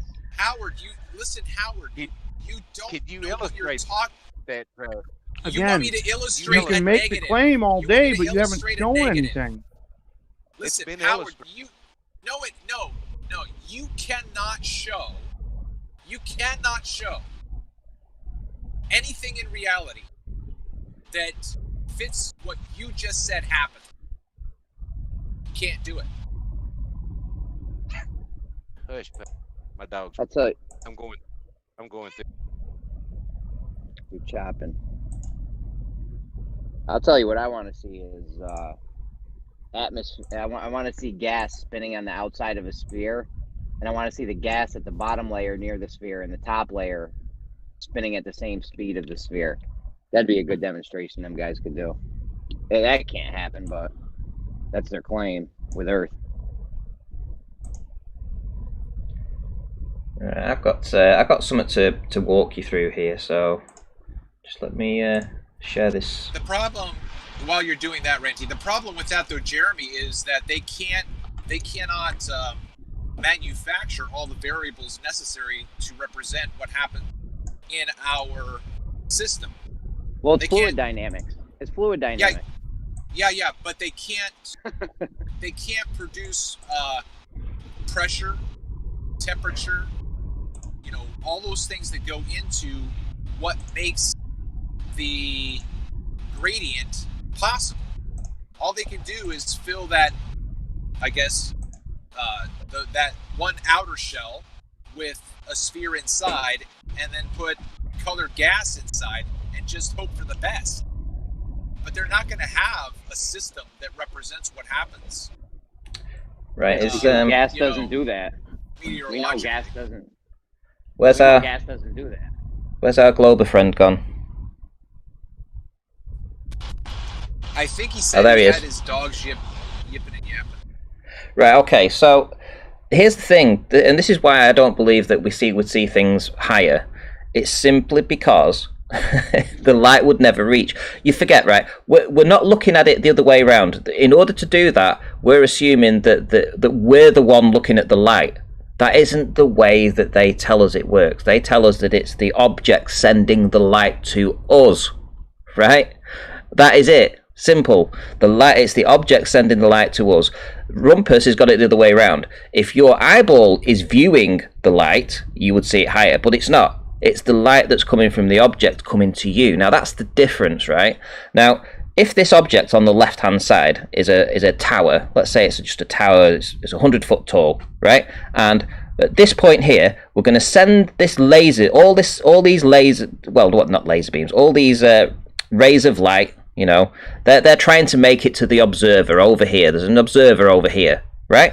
So it's leaving from this point here, and if it's sinking and it's coming down like so, and it drops down there, right? And you've got the observer over here. Well, the light that left this here never made it to the person that's trying to see it. So it never got to the observer, right? But eventually, some of the light, let's say, will make it to the observer's eyeball, right? Now, you're not seeing it higher. You're not seeing it higher in your perspective. You're just not seeing anything lower than that, because all of the light bent down before it got to the observer. Simple as that. The other way around, yeah, sure. If you were looking at it as from perspective of the observer, yeah, you would see it higher. But the light, we are not told it works that way. We're told that the light leaves the object to get to you, not you, your eyeball seeing the light. It's not your eyeball seeing the light. It's the light getting to your eyeball. It's the other way around. Rumpus has got it incorrect. And I took a screenshot of what you just drew. That was great. Right. So yeah, that's what Will was saying. So that's why we see things disappear from the bottom up, you know, due to sinking. It's not that we can't see the object. It's just like the inferior mirage blocks things out, where you can't actually see, say, anything from this point would just be an inferior mirage underneath here. It would be blocked. It's just another example, except that this time the light is just bending down and it never makes it to the observer. But it always emanates from this point, and that's the point. It's because it leaves this point and gets to there, not the other way around. And then if you get closer, you're able to catch some of those rays before they drop to the ground and you can't see them, and then thus seeing the bottom of objects. Absolutely. Yeah. So what I would suggest, Ranty, you just flipped the light switch for me. That bottom angle that you have where that light doesn't reach the observer but hits the ground somewhere. Yep. That's an inferior mirage. Quite possibly. Quite possibly. And if you make that angle any shorter, because I can show you pictures where my inferior mirage is at a different location. So then just look at what you have right there. You see where that first angle hits the ground? Yep. All of that distance behind that angle, that's what's hiding behind the mirage. If there's a boat back there, you're not going to see the fucking boat. Right? Yeah, exactly. And if it's a sailboat, the sail is going to poke up and then get mirrored on itself. And they call that curvature. And if it's a sea-doo like I have, it'll go in from one line and out the other and appear like it's in an invisible shield. But you got a jet ski? I'm gonna have to come visit you. I got a jet ski, bro, yeah. Just remember though, I'm gonna see you. 3 of them. When you get these globers in that would talk about seeing things higher, yes, you would do if it was your eyeball taking the image from the object, right? That would be true. If your eyeball was the one, you know, that was taking the data from the object. But because it's the object sending the data to your eye, no, you wouldn't. That's the difference. It's the object sending the data to your eye, which would mean that it would not appear higher. Right? Don't let them confuse you with that bollocks. That's a good point, bro. That's a very, very good distinction right there. It's the object sending the light to your eye. That's correct. Yep. So that's why it would never appear higher in your perspective. And that completely debunks Rumpus. Completely debunks him. Just real quick, SE, are you saying that you have a new video out with 3 jet skis, or what? Oh, bro, the one that you saw it, the one with the fish popping out. Oh, okay. 13-mile bridge. Okay, all right. I didn't know if it was something new. Okay. I'll post it in the for anybody who hasn't seen it. I'll post it. Well, if you're making a video with jet skis, there better be some babes in bikinis in it. Hey, Gleam's in the chat. Why didn't he jump in the panel? Come on, Gleam. Let's get some other Globers in as well. There must be somebody in the chat that wants to pop on and have a little chat with us. Where's Rumpus? Where's he tonight? Well, let's not get hasty here, Ranty. Come on.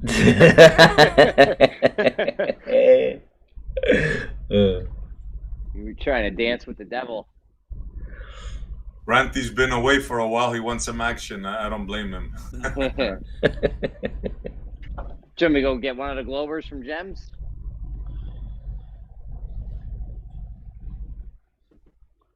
They won't come here when Ranty's here, especially. They won't come in here.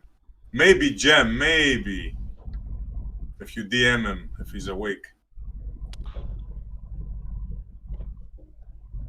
They worried about getting a flogging? They just like falling into traps when they come here, like hanging themselves. I like them to come in and hang themselves. They do it themselves. I don't do it. I just let them. Just let them talk, right? Talk. Right. I remember when you said that before, and I was like, "That's fucking smart, right there. Just let them talk." Don't cut them off and interrupt them and all that. Just let them talk. That's it. And don't go Nathan Oakley on him. That guy's aggressive as crap, man. Oh, he is. He doesn't give him more than 10 seconds a pop, does he? An inch, they want to take a mile. I can see where Oakley's coming from when he does that. I was listening to one of his shows, I don't know, last week I think it was, and a little light bulb went off in my head as well about how he was explaining this diffraction limit. Now, I was the first one to bring this to his attention, 2 years ago or something, and it always bothered me about having to try and explain this to a glober for them to understand about it disappearing from the bottom up. But the thing with the bricks? Yeah, but he came up with a very good explanation. He said, if you imagine that you are on a flat plane, right, and you've got a brick in your hand, just a normal everyday house brick, and can you see that brick in your hand? Well, yeah, you can. Well, what happens if you move it a mile away? Can you still see it? Well, Well, what happens if you put it 25 miles away? Can you still see that brick if you put it on the floor? If you put that brick on the floor 25 miles away, can you see it? Well, the logical answer to that is obviously no, you can't. You couldn't see it. It's too small, too close to the ground. You would never see that, right? Well, there's your diffraction limit there. So you replace that. But then if you build... My bad, go ahead. So then you replace the brick with, I don't know, let's say 100 bricks, right? Well, what you're going to see is you're going to see an object, and you might see 50 of the bricks. But the other 50 of the bricks would be in that very narrow region, that very small area that you just wouldn't see. It'd be too small. And that's your diffraction limit there. That brick thing is fucking amazing and well put. Yeah, so kudos to that for actually pulling that one out of his hat, because that was a good way of explaining it. And it's just another way of saying that things get smaller with distance. I mean, if you've got a building in the distance and it's made up with 5,000 bricks on a face wall, so you're looking at a wall, you've got 5,000 bricks in it.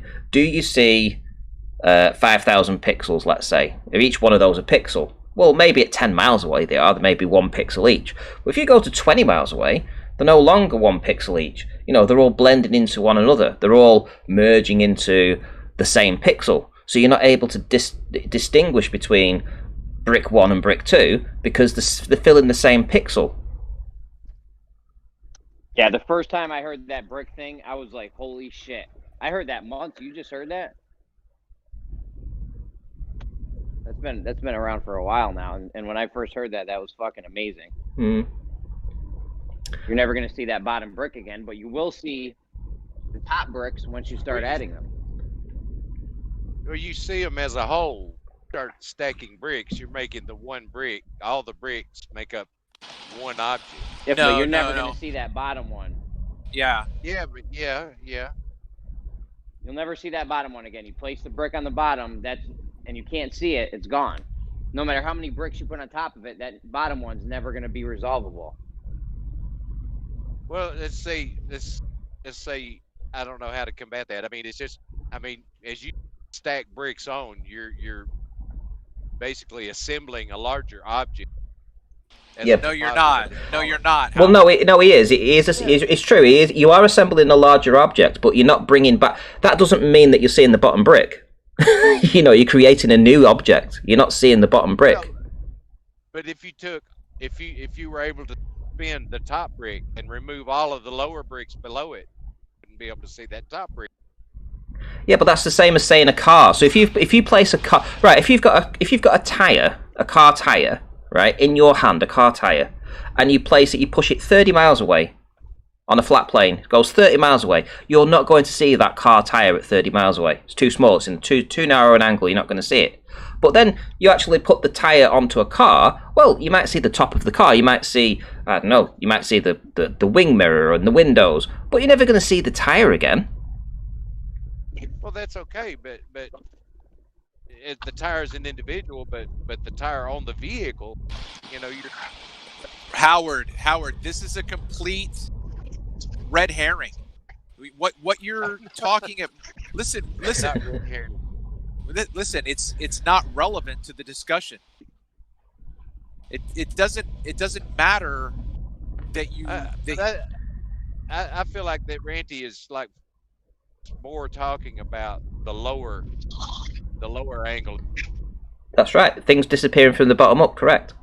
Without the need for a physical horizon obstructing it. Things just losing data. It's too small to see, too narrow an angle. But to me though, I feel like the brick argument is flawed. It's like a bunch of components, and you're able to see that bigger component. You know, it's not a bigger component. It's a higher. Okay, listen. That's what I was saying before. Okay, when you stack a brick upon a brick. Let's say at 20 miles, you had to stack 100 bricks, and that 101, you start seeing bricks. That's not bigger. That's higher. You're breaking the angle at which you couldn't see something before because it was at a lower angle of resolution. It's just the same as what I said. If you have a sailboat. Sorry. Go ahead, Travis. My bad. That's all right. So if you have a boat in a mirage, you're not going to see the boat. If you have a sailboat in the mirage, you're going to see the sail, but you're not going to see the hull. That's because of the mirage, though. This can be demonstrated by, do you have a chessboard or a checkerboard? Take the checkerboard, place it diagonally, and then put your eyeball right on the surface of the checkerboard. You almost can't make out. Example of perspective.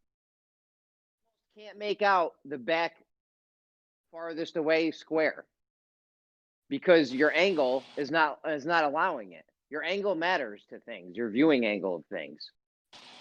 Right. That was my point, Howard. Yes, you're right. I was. You can demonstrate it on a checkerboard or chessboard.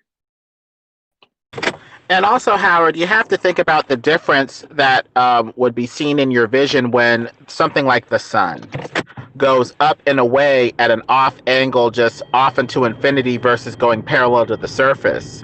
It's going to disappear bottom first if it goes more or less parallel to the surface, but if it just goes up and away off from the ground at some sort of weird off angle, it'll disappear down to a dot. Yeah. Get a checkerboard. What is it, Howard or Howard? Yeah. Get a checkerboard. Put your eyeball down to the surface of the checkerboard. You'll almost be able to not see that last square. Nothing's blocking you. It's just your angle. Put two checkerboards back to back. You won't be able to see the last square on it. Yeah. Give me a thumbs up for the little monkey that I've put on the desk. He's a typing troll monkey. So if you like him, give us a thumbs up. Checkerboard square 8 spaces away. What would you have to do, Howard? See, you're talking about looking at the checkerboard from an acute angle down low. Correct. That's what we're talking about. And yeah, yes, that's right. What would you have to do in order to see that 8th square 8 spaces away? Raise up. Yeah. That's exactly okay. Now listen. That's exactly the same as the other smart-ass globers that say, once you see the sun go down, all you got to do is get in an elevator and go up.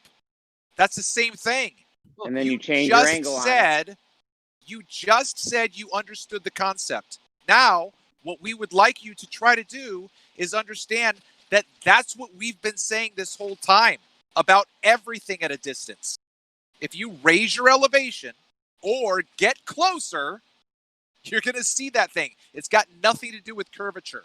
It's angle. It's the angle at which you observe something can change the way it will change the way that you see that thing. It might make you not see it at all. Right. Like the checkerboard square on the chessboard. You see, herein lies a big problem in the argument. There's some validity in what y'all are saying about checkerboard and the angles and all of that and elevating and seeing more. But from the spherical perspective, same thing. You elevate you further because you're looking beyond your horizon away from gain elevation. So they're kind of it's kind of like it's a muddy area of the argument. But the But is thing it a muddy is, there'll be area? a Hold hump on, in the Lemon. way, and everything would lower from that hump. This is rising up toward the level of the eyes, which is not consistent with the ball. A hump would drop immediately because you'd be on the tallest, point on the hump of the Earth's curvature. So when you look at it that way, the only thing that's consistent with ramping up toward the level of the eyes is a flat surface that's obstructing what's beyond. Yeah, but Lemon, I'm sorry, but the horizon rises to eye level, and it doesn't. It rises toward the level of the eyes. Toward the level of the eyes is more than enough to falsify the ball and go with a flat land that appears to ramp up. I put Oakley's video of the flat Earth angle of attack, and you can see the bottoms of these objects disappearing over a flat floor. Well, no offense, but I believe anything that you posted as evidence came from Nathan. He can still tell the truth. I mean, he can't just discredit what he says by the genetic fallacy unless you have a good reason to discount what he says. You need to prove that the mechanism is off, not just say, I don't like Oakley or I don't approve of his source. Because we could say that about NASA all day. Argument just have some decent, data. Yeah, it's a genetic fallacy. Lemon called it. Well, yeah, from my perspective, call it whatever you want. Nathan We're Oakley supposed to be discriminating discerners of truth. We're not supposed to be cliquey idiots who say, I'm not going to take the source because it's from, this person or that person. We're supposed to work on our tools of discernment. Nathan Oakley, asshole. Know it. You don't need Nathan Oakley, though. You can do it argument yourself. You can do it yourself. That guy's a meanie, so I don't want to listen to what he says. It's Yeah, irrelevant. that's all I got. That's enough for Howard. It's irrelevant. You can do this yourself with the checkerboard. And you can learn a lot from your enemy, Howard. I learned a lot even from Globers that I disliked with a passion. But they still have, good information either way. And so, enemy or not, or whether or not you like them or not, you need to judge their information, not them, Howard. That's a fallacy. But Lemon, look, I disagree with probably 90% what you say, but I appreciate your insight. I appreciate your ability to rattle off the things that you do, and it's quite amazing that you're able to remain cohesive with your argument and everything. Yeah, no one can spit that shit and like I'll Lemon. listen to you talk. I tune and listen, but you can call it genetic fallacy or whatever you want to. Nathan Oakley don't get a minute of my time. Hey, if anyone's got a hotline to Brandon right now, because I need to get in touch with him. I need him to give to maybe hop in the show channel and sort Rumpus's microphone out because he's got him server muted at the minute. So if you're listening, hop on in to the show channel and take that off so the Rumpus can talk. Cheers. Oh, would you just be like, oh, well, Nathan Oakley said it, so I can't believe that anymore. What was you saying, Ranty? I was basically saying that Rumpus is in the chat, right? He's joined the show channel right now, but if Brandon's around, he either needs to reinstall my privileges where I can take the Rumpus off server mute, or he needs to come in and unserver mute him himself. I'm a mod, but I don't understand how to unserver mute someone on a cell phone. Yeah, normally you would right-click it. You right-click the person, and normally I've got the option to remove the server mute, but I don't have that at the minute, so it's probably because I've given the server to Brandon and I've lost that privilege. Oh, hang on. Oh, there we go. He's been on server muted, right? Happy days. Boom. He's still muted. No, he's not. He's come off server mute now, so he can speak whatever he wants now. Oh. Yeah, he had I don't know how to do it. He had a red microphone, so when his microphone's red, it means he's been server muted. But yeah, it's off now. So I don't know how to server mute people on a cell phone. Well, it's only Brandon that can do it. Oh, all right. There you go. Right. Anyway, yeah, back to back. So yeah, left lane. Just in conclusion, you don't need Nathan Oakley for this. You can do this yourself on the checkerboard. Right. So you don't need to believe him or anything. I wouldn't believe anyone either. Well, like I said, I just feel like that both sides of the argument have some validity in this area, in cases like that. Yeah, it's kind of the a only muddy. problem. The only problem is that when the claim from our side is that you have the horizon as the obstruction, they don't verify anything. They don't know where the horizon is. They have no way of checking their math. All they can do is show you the picture, crunch the number, put an equal sign between the two. That's not good enough, Howard. You should not be happy with it. You should require from the side verification of where the horizon is. Absolutely. Yeah, that's where the the atmosphere comes in and the geometry. No, incorrect, Howard. All that. Okay, so you can get someone in a boat and send them out into the distance and have them stop when they reach the horizon. Yes. Yeah, that's what needs to happen. Oh, okay. So you're okay. I see what you're saying. So you want to see that? I would like to see that myself. What do we want to see? Verification. Yeah, verification of the horizon. Verification of where the horizon is going to be. That's going to be one of the things that I'm going to do this time as well. Captain Joe Mama's got his boat, so I'm going to send him out across my horizon when I'm out taking shots and take his. You're a little choppy. Yeah, you're roboting a bit there, mate. All right, sorry. I mean, they can't verify where the geometric horizon is. It's just how would you even do that? No. We're not trying to get them to verify the geometric. We're trying to get them to verify the horizon that we see. Oh, all right. Which is what they're claiming is the obstruction. That's all you. Yeah. Yeah, I mean, that thing with the bricks and everything, take the brick scenario, take the chessboard scenario. You've got your things obstructing bottom up. You don't need to have the curvature.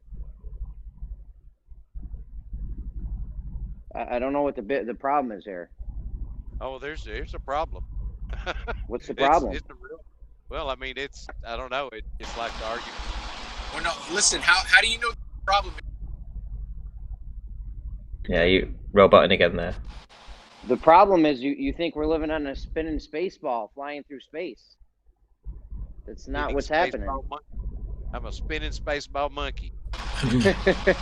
I don't want to say it too nasty, but my bad. Go ahead, right now? Does anyone like my tapping little monkey on the round table?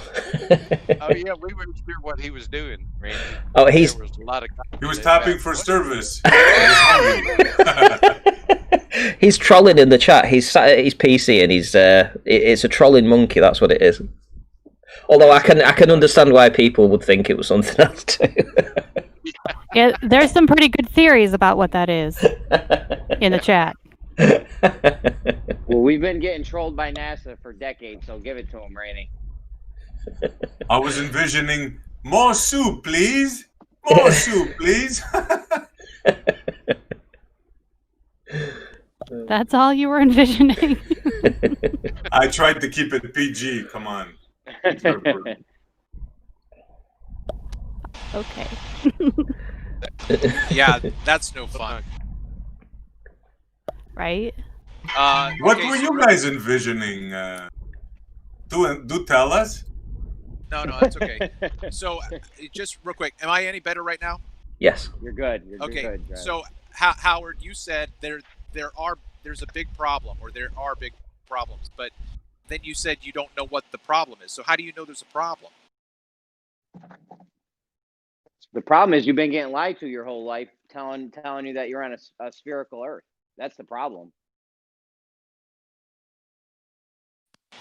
Howard, is there a problem? Besides the one I said.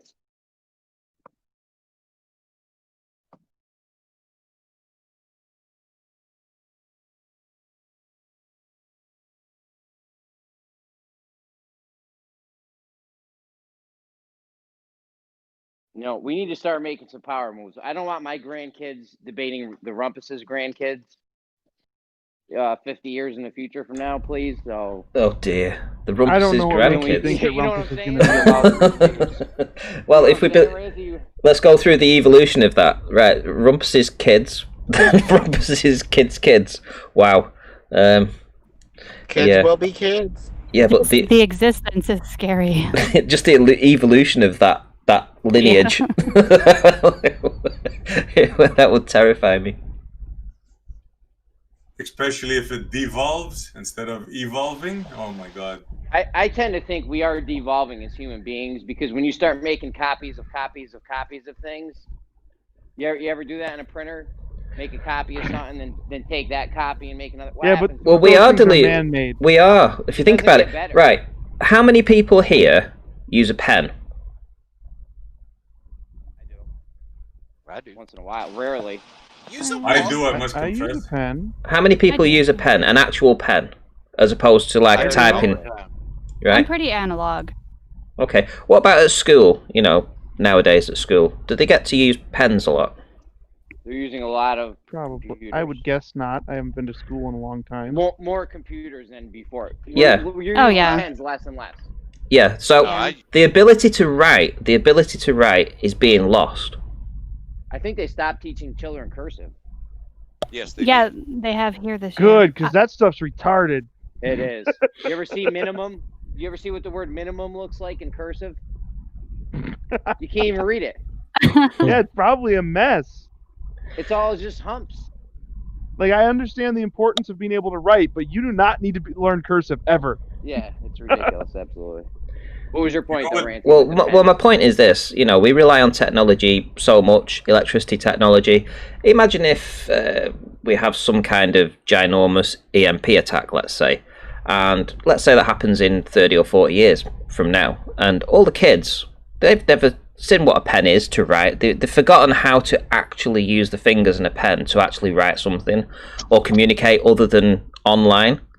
Well, if you go back hundreds of years, you've found that people used to have the most beautiful handwriting. You know, those that could actually write, you know, back then.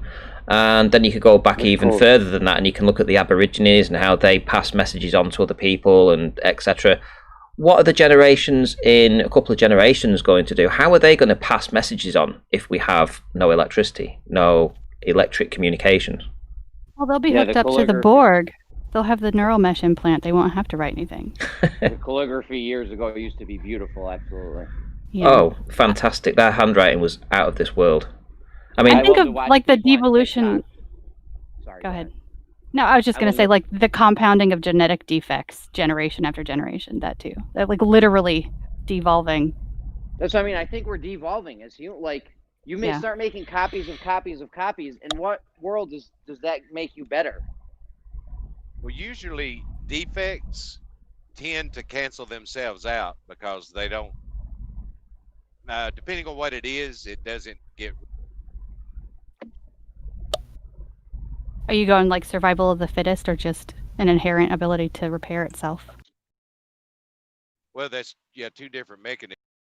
Like in the natural aspect, like my brother is epileptic, and he's quite severely challenged, and he has no children, so his defect is to be passed on.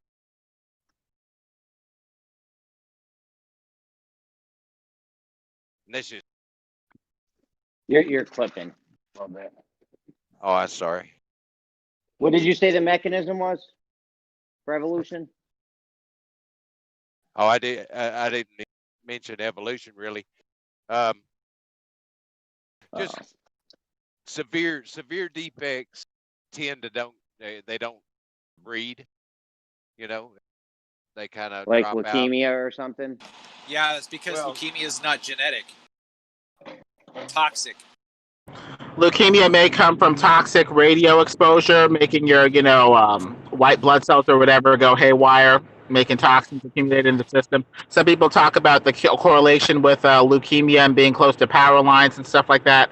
There was a big lawsuit in Italy about the Vatican radio station supposedly causing increased rates of cancer and sickness in the surrounding people in the area or whatever. So it may be radio sickness as well. There are things that cause it, but I know this to be a fact. Congenital leukemia, children that are born with leukemia is a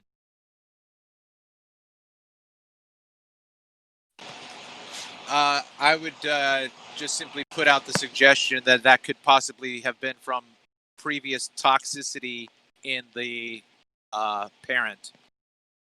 We've got a lot of things that they claim that are genetic defects, like cystic fibrosis, sickle cell. Right, and they do. A lot of those things seem to compound with the increasing number of those things that we don't want to get. That I won't say. That has a needle on the end of it. I'll say at 5G, more radio signals coming. If you're trying to treat cancer, detox the liver, get those liver stones out. Bitter apricot seed has amygdalin, which fights cancer. You can fight it with SCACT. You can fight it with chaga mushroom, high quality nutrition, full of herbs, stuff like that. Baking soda helps get rid of the acidity on your body. Peroxide, food grade hydrogen peroxide, you work yourself up to the really strong 35% stuff, stuff like that. Well, I want to get something trending, guys. You know, so if everyone's listening and they want to actually put something out there, think of these words because it's something I sort of invented it, kind of thing. And it's basically just a little saying. It's like, our immune system is the vaccine. That's it. Our immune system is the vaccine. I mean, how have we got to where we are nowadays? If you go back to, say, the 1900s or the 1920s, there was just apparently there was just a couple of vaccines that were made, like one for smallpox or whatever it was. But, basically we got to where we are nowadays without having the need for all these vaccines. Right. If we needed them, there would be no humans left. Yeah. If it was the way they say it is. Exactly. Well, there's two ways. There's two ways to build immunity. You can either contract the disease, and your immune system will build its own defense, or trick the body with the vaccine and build it without getting. Right, or that's all nonsense. That's an option. I'm really wondering about that because think about. If getting sick, like like the flu or cold detox sort of situation, if each vaccine that we're getting is vaccinating, I'm doing some air quotes here, against each sort of detoxification process that we would go through, then that vaccine is preventing us from going through that detox. And it's actually making us hold on to the toxicity in whatever tissue that vaccine is tricking. Is my mic working? It sure is. I hear you, Jim. Okay, can I say one thing at this moment? Because I always get my feathers ruffled when I hear people suggesting to drink industrial peroxide and stuff and work their way up to 35% and that lunacy. 35% peroxide. All of the advice of this lunatic, you're welcome to kill yourself if you like. People live and swear by it. So by their testimony, Simbo. Do you mean actually like the actual concentration? Because I use 35% peroxide in my water. Yeah. It's not beneficial for you. Thank you. You make natural peroxide when blood mixes with saliva. That's why people lick their wounds. It's a natural. I don't lick my wounds. No. Well, some people do. I had a theory for a long time that your spit could somehow help your wounds. If I saw my kid licking it forms a mild peroxide and a disinfectant with blood. It's chemistry. I mean, if I ever get it. I mean, I'm not trying to disagree with you, Jim, but I mean, we do see animals doing that, so I would say that there's... taking peroxide from the pharmacy? No, licking their wounds. No. The food grade. The food grade. Anyway, licking their wounds. Well, that's what I was told. If you want to drink peroxide and take the risks involved, be my guest. Well, that's what I was told years and years and years ago. Jimbo, and they want to cure cancer without breaking the bank or losing their job. Okay. Guys, one at a time, guys. It's just Jimbo. He just keeps on, he keeps going. Aren't they licking their wounds to prevent the scent of blood? What was that?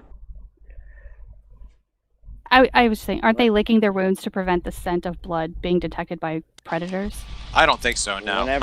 No, I heard that it cleans it. Whenever I get a boo boo, I always have my wife kiss it when I get a boo boo. I hear you. We care, and we're trying to make sure people aren't hurt. But I'm trying to give people solutions that people testify by, that don't break the bank, that are cheap and effective. And supposedly, the peroxide helps take down the acidity of the body, because cancer is in high acidity bodies, with that acidity just running rampant and destroying tissue. Homeostasis. Is cancer? I've been actually I've been listening to you talk on some really old debate things, and I've noticed you have a lot of interesting health knowledge. And I wanted to ask you, do you think cancer is actually something that's harmful? Do you think it seems to me that a lot of the cancers that are deadly are ones that are new?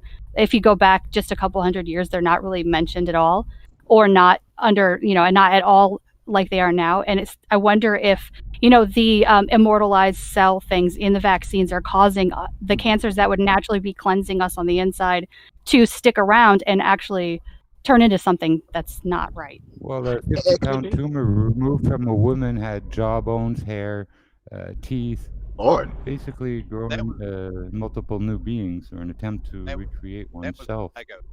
Yeah, that's a zygote. That's a. It is interesting. What was that? I was just saying there's so many different theories about it. I'm still learning about it myself, and I'm not a doctor. But like you say, some people say it's coming from the vaccine cell lines, that they use cancer cells because of the rate of growth that's 10, 15 times the normal rate, so they can grow a lot of stuff fast. But these cancer cells are getting into people's bodies and contributing to cancer. Like, they'll break open the cancer cells in people's bodies, and the DNA in there will trace back to vaccine cancer lines and stuff. Well, I think it's down to the preservatives. I think they started adding preservatives and flavorings and things like this, artificial stuff. Back in the 1940s, 1950s, and that's essentially when we see this, this spike in cancer death rates per population. Yeah. Right. Yeah, it's no question that and the immortalized cell lines getting into what existing small amounts of cancer that would have resolved itself in our bodies, causing it to spread rampantly when it wouldn't have. Right. Yeah, there's no question. That's interesting. The idea that the thing that would have normally helped us, it was turned into an enemy by their, vaccine cure-all. This will fix you and keep you safe. Well, it's not a guessing game. It's not a guessing game that big pharma benefits greatly from the more sick people they have. Obviously. Oh, absolutely. So.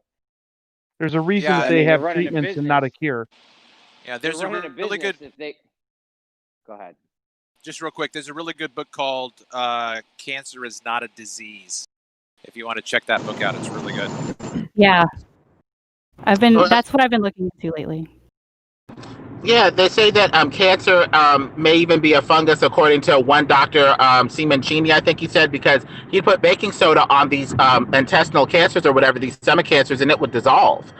There are some people that say that it's a body's natural healing mechanism, that it goes awry when you don't have the right nutrition, or a lot of poison toxicity, and that's why amygdalin, bitter apricot seeds, is so good, because supposedly it's basically on the molecular level. Amygdalin is two sugars. Cancer loves sugar attached to a deadly cyanide molecule in an inert form that won't harm you until that bond is broken in something else, and the cancer just eats it up. Nom nom nom nom nom nom nom. Eats it up. That's something I noticed too. Right, and even the people that I like. Doctors and scientists, whatever, that I've disagreed with fundamentally on the rest of what they were saying, they always bring up that sugar thing. Yeah, the cancer cell loves sugar. And so people are saying, combine baking soda with sugar. I was talking with Grim, a very smart electric universer sort of dude, and he was saying you just need pure baking soda. The baking soda goes into the cancer cell too, with or without the sugar, and Yeah. And so insulin was outlawed in the U.S., even though some people said it helped them. There was a doctor who disbelieved it. He didn't believe amygdalin worked, and he was dying with cancer. And one day it got so bad, he's like, you know what, I'm going to die, and I'm in so much pain, I'm just going to inject myself with a whole vial full of the stuff. He woke up 15 hours later, felt good, and felt better. And basically he went on to, treat and cure his cancer. I think the book said A World Without Cancer. Was You're talking about Brzezinski in the 70s or 80s or something? Yeah, it goes over it in the World Without Cancer. It talks about the way the medical industry was bought up by pharmaceutical companies that really don't want to cure you. They want to make money off of being sick with synthetic medicine. They demonize actual herbs and remedies and stuff. They put out misinformation. They hyper-focus on like one fatality with a natural cure and ignore like 100,000 fatalities from their synthetic pharmacia medicine. They have so many ways that they just, give people fear and intimidation. Well, they're running a business, this shouldn't want come more as a customers. surprise to You're not gonna anybody. have less This is the same as someone claiming that Facebook uses your information in a trustworthy manner and never does anything with it that you don't expressly tell them you want them to do. Like, that's retarded. Obviously, Facebook does all kinds of stuff with your information, and obviously these companies want to make money in any way they can, whether you're sick or not. Yeah, these big pharma companies are running a business. With any business, you want more customers. You don't want less customers. So if you can cure something and have less customers, you're obviously not going to want that. Right. Well, just to, I put 2 and 2 together. I didn't think about this until I started looking into, like Lemon mentioned, World Without Cancer, and the mention of vitamin B17 and apricot seeds and whatnot. The same is true with apple seeds. So, the saying, an apple a day keeps the doctor away. You have to eat the whole apple. You have to ingest the apple seeds as well. And, yes. Hey, we've had a cyanide. We've had a $5 Canadian super chat, so I'm going to read that out. It's from Taking Back Eden FE. So here is his super chat. He says, "Theory: Herod attempted to kill the savior with the sword. Farmer trying to prevent the next savior with the syringe? ? Well, the farmers have the natural food and stuff like that if it's grown in good soil, but they make an attack on the soil by growing, an overgrowing, one crop. Pharmacy? Yeah, farmer. Pharmaceuticals. This does have to relate to the food. They're both owned by the same companies anyway. Oh, Monsanto. Yeah, this does relate to the food we eat, though, because you are what you eat, and if they're spraying all kinds of dangerous, hazardous chemicals on this food we're putting in our bodies, that might have some effect on us, you think? Yeah, and I think also they did another war on us with Codex Alimentarius. They know that you need 100,000 milligrams of vitamin C with the onslaught of stuff we get a day. They recommend something like 50. Just enough to take you off of death's door and not get scurvy, but not have dynamic health. There was one doctor who said vitamin C, real natural vitamin C or whatever, is so powerful you can use it to cure poisoning. He ate a deadly red cat mushroom, and then he immediately injected himself with 1,000 milligrams of vitamin C, and he was fine. And so into his vein. I'm so glad you brought that up, because that I know of a lady that I listen to a lot that talks about vaccines and stuff, and she actually got breast cancer and was having high levels of vitamin C injections done, or like IV intravenous vitamin C, and she was having a hard time being able to do it. They're trying to make it to where people can't do that here in the United States now. She was having to go to other countries like Mexico to have it done. Wow. They don't want you healthy. There's no money in healthy. She completely cured her people. breast cancer with vitamin C. There's no money in healthy people. They do not want us running around healthy. They want us to get sick and have to have tens of, if not hundreds of thousands of dollars in medical treatment. Right. It's a no-brainer. Bill Gates and his children are unvaccinated, but it's like, go ahead and take this poison needle. I'm like, right. And, you can also use Iscador, mistletoe extract to cure cancer, because the poisonous compounds in mistletoe, if put in the right combination, destroy the cancer cell. But they have to monitor, the way that you take it and stuff like that. But Suzanne Summers used that to fight her breast cancer. Look at the chemicals they put in our drinking water. They put fluoride in it because they're worried about our teeth. Why don't they put vitamins or something in it that you should ingest? Yeah. They don't do that because they don't want us healthy. They really don't. And the thing is, there's so many. But listen. who needs stronger teeth? I don't get that. Where did that whole narrative come from? Like, It came from the guy who first proposed to put fluoride in the water, owned an aluminum factory, and it's a hazardous byproduct. So instead of having to dispose of it as hazardous waste, he was able to. I know that part, but I'm talking about just like the idea of having strong teeth. You know, it's just the sales pitch. It's like the whole it's like the whole diamond. This will put hair on your chest. yeah, or something like that. But I mean, so think about it. I haven't been to the dentist in over 10 years. Like, it's almost like needing someone to fix a broken bone. Like, I'm never gonna go to the dentist. Well, the thing is, the Western diet is so bad. People remarked on how they went and saw indigenous people, like the people in Africa, the bush people in Africa, and they had strong teeth, so strong they used them as tools to pull bark off of trees and to bite and clamp down on stuff. And you look at the Westerners, especially like in a place like England, and their teeth are practically falling out of their heads. No nutrition in the diet, high amount of sugar and stuff like that. It's just like the Western diet is just terrible. I've seen those people. They can cut a tree down by biting it. They bite little pieces off at a time. But I just agreed with something Are you you said. telling me that these people are human beavers? What? They have no fluoride either. I don't know how they do it. Yeah, they're beavers. They're little human beavers. Yep.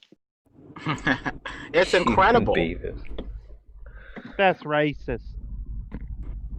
And they don't give the babies, a whole lot of nutrition because you're supposed to get your breast milk from your mother, and then people try Similac and formula or something like that, and they don't get, good breast milk and stuff. Due to all the hazardous chemicals we ingest nowadays, I think that human breast milk just got rated one of the most toxic things. What? Yeah, right, okay. That's probably a scare tactic. Yeah, of course it is. Use more formula because I'm pretty sure the woman's body is like specifically designed to remove toxins and things from breast milk. I'm pretty sure the babies can only get the right stuff from that. Oh, hold on. Some things do cross that barrier. Oh, what was that? I think it's interesting that the places with the highest concentration of fluoride in their water have the highest number of dentists per capita. That's an interesting correlation, yeah. And they use fluoride to... I'm pretty sure it's Washington, D.C. And it turns your pineal gland into stone. They'll even see it upon, a dissection and autopsy. Like, this thing turned to stone. Fluoride. Right. Fluoride. And it just so happens that we're extremely low in magnesium, which would get rid of a lot of those things. And Hovind was talking about how they destroyed the bread. Like back in the 1800s, you could get bread that actually had oil in it. It wasn't dried out and so processed. There was no oil in it. That took away a lot of the nutritional value. Then they bleach it. That took away more nutritional value. Then they took the bromine out of the bread too. And it's like, damn, they're just turning this thing into mud. Niacin too. So is it because we don't farm our own food? Is that, do you think that's a big issue? I think it's just the way we live. Because then they're controlling the food source. Like, if you're not making your own food, you're putting it all in their hands and basically trusting them to do, or you're just letting them do with it what they will. And so they can make it into this terrible goop instead of it being real, actual food. And they're going to focus on shelf life and preservatives, just like you were saying, Ranty. Yeah, quantity over quality is what they're going to focus on. Bottom line.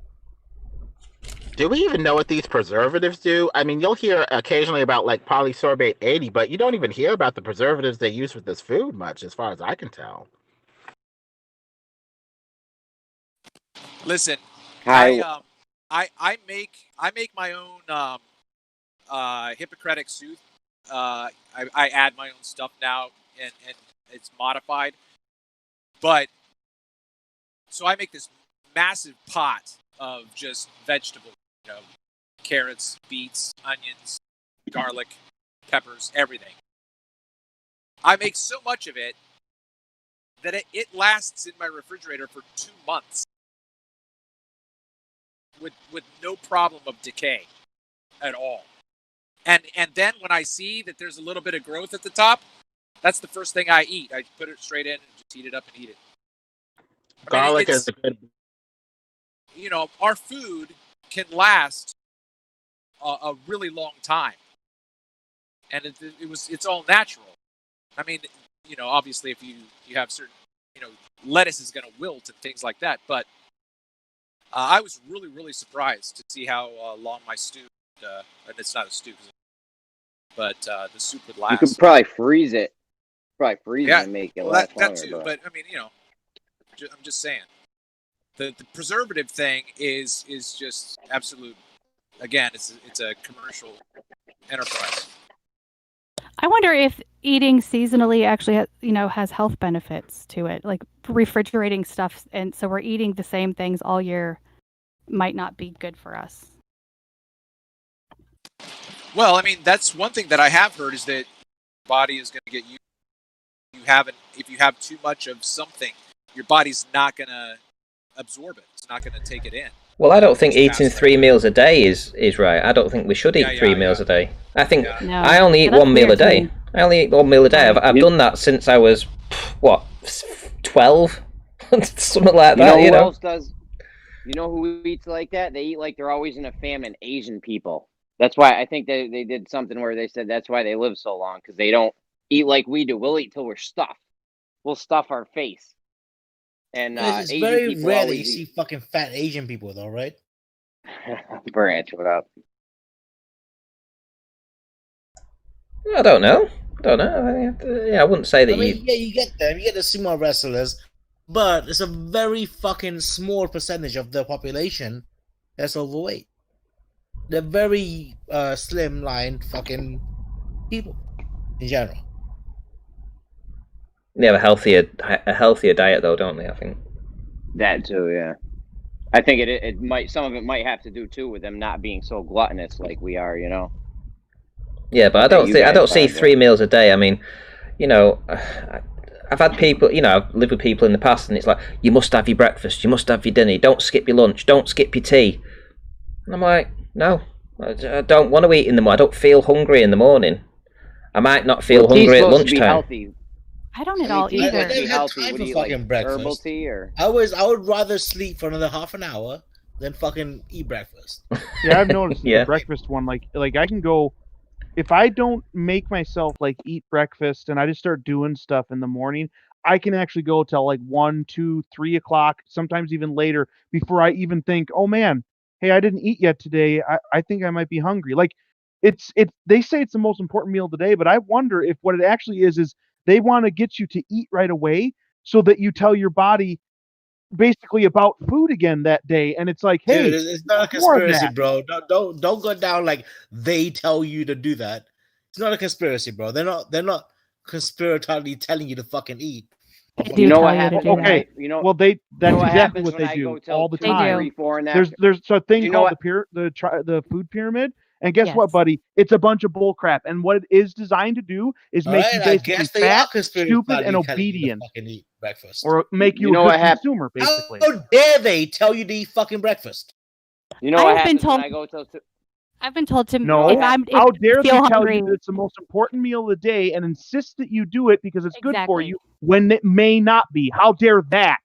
I've been told that even if I don't feel hungry when I wake up, I should make myself eat something like a handful of almonds anyway, just to get. No, and I'm not hungry until at least 12.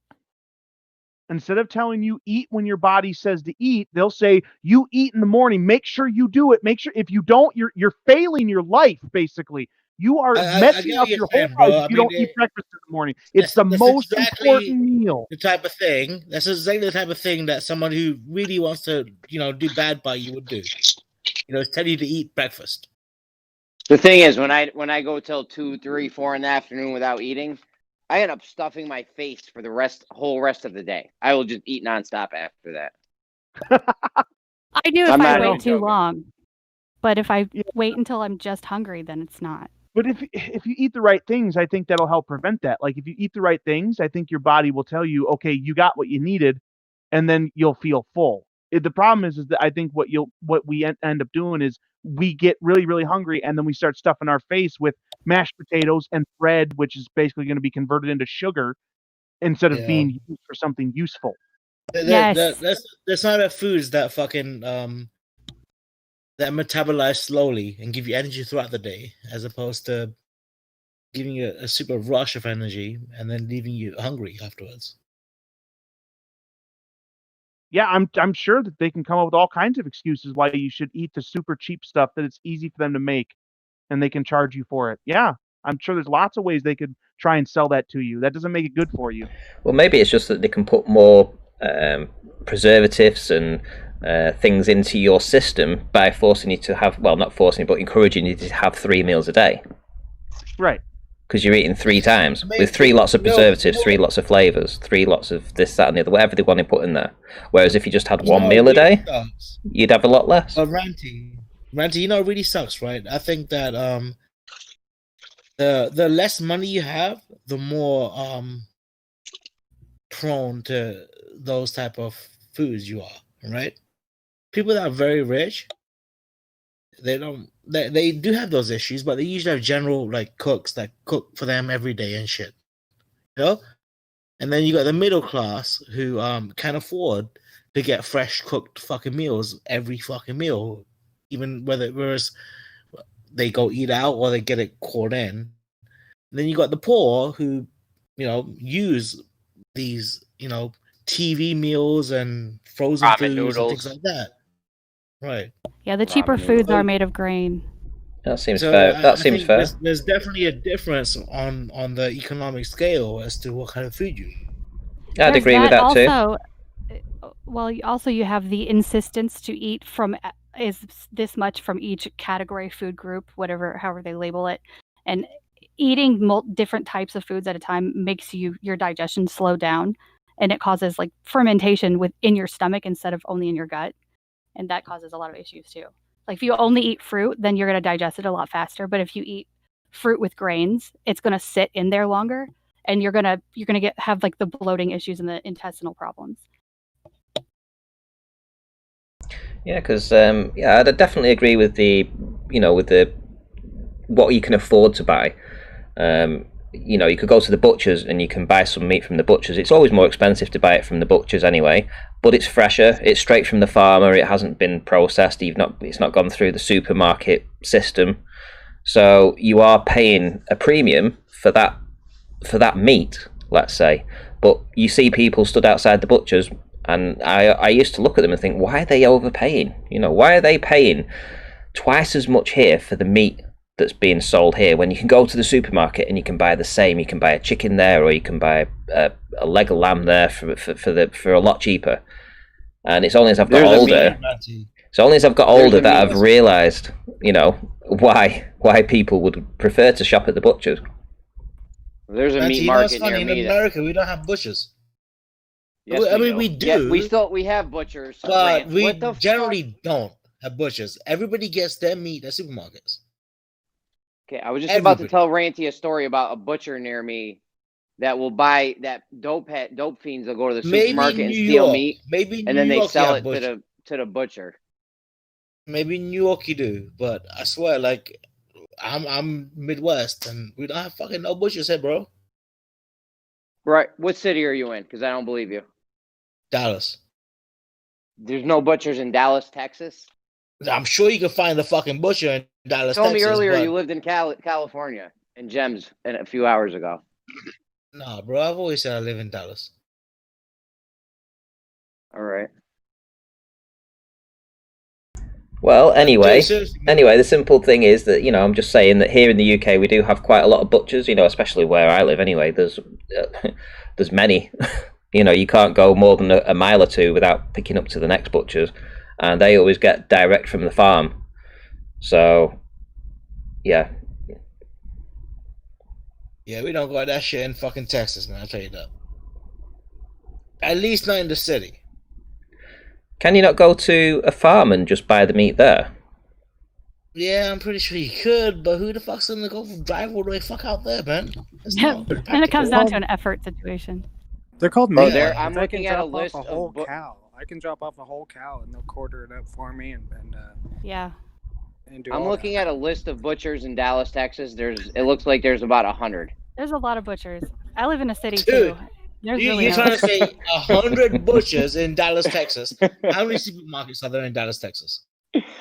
I don't know, man. There's a lot of butchers though. Like what? 800? I don't know, bro. 900? 1,000?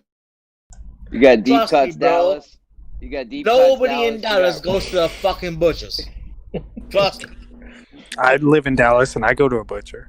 Well, people must shop at the butchers because that's why they're still open. You know, that's why they're still making a living. So, yeah, That's what I was thinking. you're off the hook, Rich. But yeah, I mean, but I think. But yeah, you can definitely have tiers of people. So you'd pay, you know, people with more money can afford to shop at a butcher's. Others, you know, the middle ground people will go to the supermarket, and then obviously, like you say, you get the people that are on benefits that are struggling to bring up the kids. You know, the dad might have left them or whatever, and you know, it's easier for them to just go and get a pack of 100 fish fingers, you know, in a pack that maybe costs them £2.50, and they might get 6 meals out of it. Well, trust me, the middle class are eating like that too because times are tough. You know, even for middle class people. You know. Oh upper no, middle no! class, I'm maybe sorry, not, I'm but- sorry, Jeremy. You go get your fucking nice fresh meat from the fucking butchers. So shut the fuck up. I don't go. No, I don't go to the butcher. We shop at Walmart. My We have butcher's butchers. awesome. You can buy defective McDonald's chicken nuggets there, like where there's 2 stuck together. Wait, You can get like 10 pounds of those. For Don't you 20 repeat bucks. yourself by saying defective McDonald's chicken nuggets? William, dang. But you can if you want to. Are they breaded like McDonald's They're breaded? like straight up. They're from the factory that makes the nuggets. You can get these huge bags of them, but they're stuck together. So like when they fry them in the oil, they don't get cooked on that batter that's stuck in between. Yeah, but that So- actually tastes they're all better, right? Because deformed. that little bit where the joint is more crispy. No, it's not crispy. It's like mushy in there. Haven't you ever got 2 nuggets? Like I haven't eaten McDonald's like so long. It's nasty. Like I could go through the drive-thru and just stare at it and then pull back out of the drive-thru. It's But do you ever get 2 nuggets stuck together and like the batter in the middle's not cooked all the way? Ever had two Nobody nuggets ever stuck eats those. No one eats those nuggets. Yeah. No, McDonald's they're nuggets nasty. are the best I know nuggets. what you're talking about, Danielle. Yes. If my and so- chicken nugget isn't, I worked at McDonald's. I know what you're talking about. I'm pretty sure they even had procedures for us to get when rid of I worked those, there yeah. for stopping that from happening. You had to shake the baskets every so often while they were in the oil. You gotta shake them, keep them sticking. Yeah, they don't cook. It's like the heat doesn't get there, and it's not cooked all the way. But so you know, if they're stuck great. together like that, the factory they toss them into this pile, and then you can buy them at our butcher, and huge I'm a- bags of them. I'm a true American. I won't Huge eat a bags. chicken nugget unless it's Okay, perfectly is Well, crispy. have you seen what they Is your put in butcher the? actually a butcher if he's getting his meat from some other company that's defective? Like, Well, they have cows hanging in the back and pigs, but they also have that kind of stuff. Well, you know he the. gets those off Amazon. He just orders those, so you think he's a butcher. Well, you know the McDonald's beef burgers. Do you know what? Do you know what they put in them? Texas too, right? You're from Texas, What's right? in them, I don't Ranty? know. Do I you don't know eat what? that. What's Do you in know them? Tell us. what's in them? So they put the lips in. They put Oh. the tongue in. That's The the best eyelids in. You know? He's in This it. is the best bit. Come on, Yeah, man. it all goes into the burger. Try this, like, You know. every time you eat a chicken nugget, just think you're kissing a fucking chicken. You're kissing In the South, we call that souse. sauce. Yeah, I don't eat spam, but when I do, I go to McDonald's. Delicious. Well, anyway, what I was going to say before is talking about cost effectiveness of food. If you buy healthy, right? If you don't buy sugar and cookies and all this other crap, so if you're not spending money on that, then the money you're not spending on that goes toward buying healthier. And Yep, then that if you're not healthy eating, hold on, and then if you're not eating 3 meals a day, the expense that you think you're going to be spending more, it'll probably actually balance out. You're going to be spending as much if you eat less and more healthy. What if you just train your body? What if you just train your body to not really need food and just drink like protein shakes the whole time?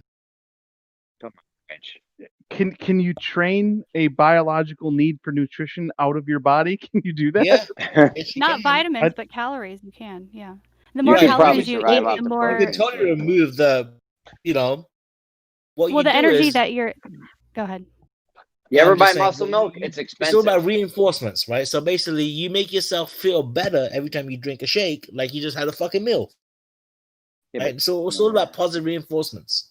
You Like fuck with your a brain. placebo. Yeah, and you just make yourself feel good about it. There is a lot behind the lower, like the Japanese diet, people living longer. The less calories you eat, the less like oxygen-free radicals you're causing in your bloodstream, and from the burning from your metabolism. So, go ahead. There has to I'm be a telling you, limit to this, Asian- right? Because otherwise, somebody could just train their body to be fine with cocaine, like, and just go forever. I mean, Well, if you're going to consume less calories, though, then you can only expend so much energy. And people do that. People do that, right?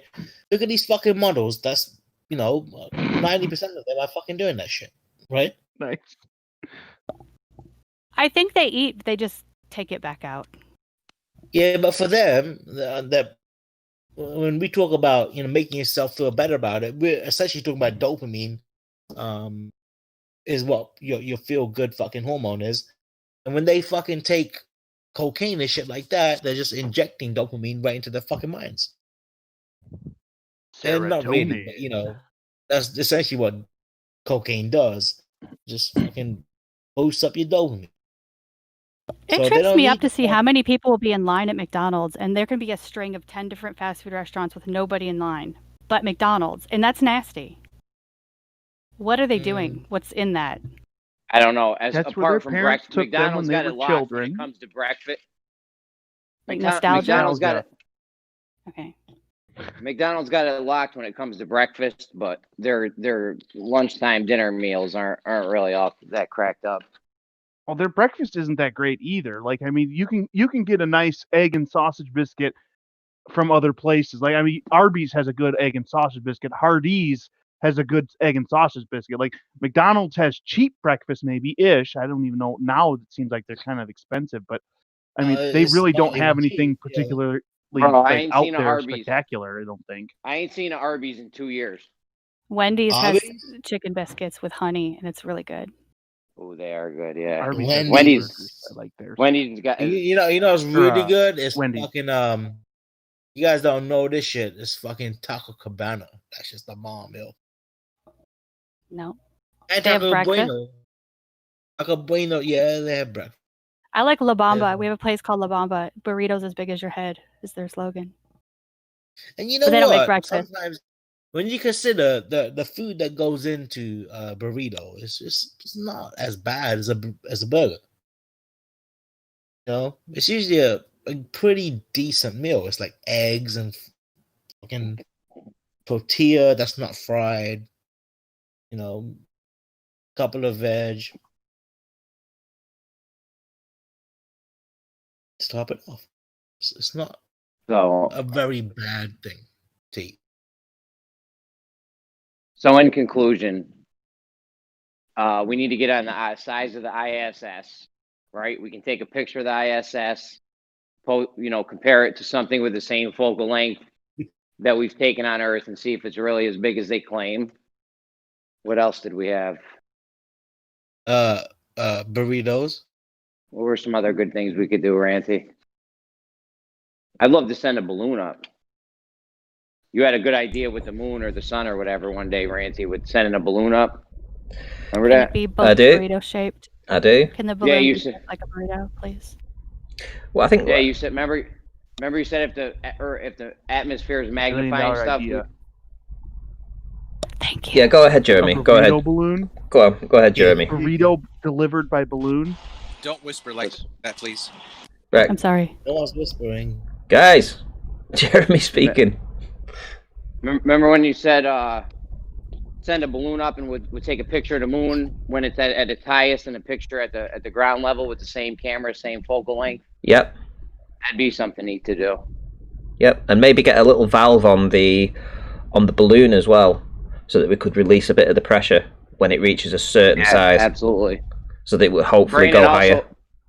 Brandon also has another good thing he wants Great to do with idea, Ranty. Great idea.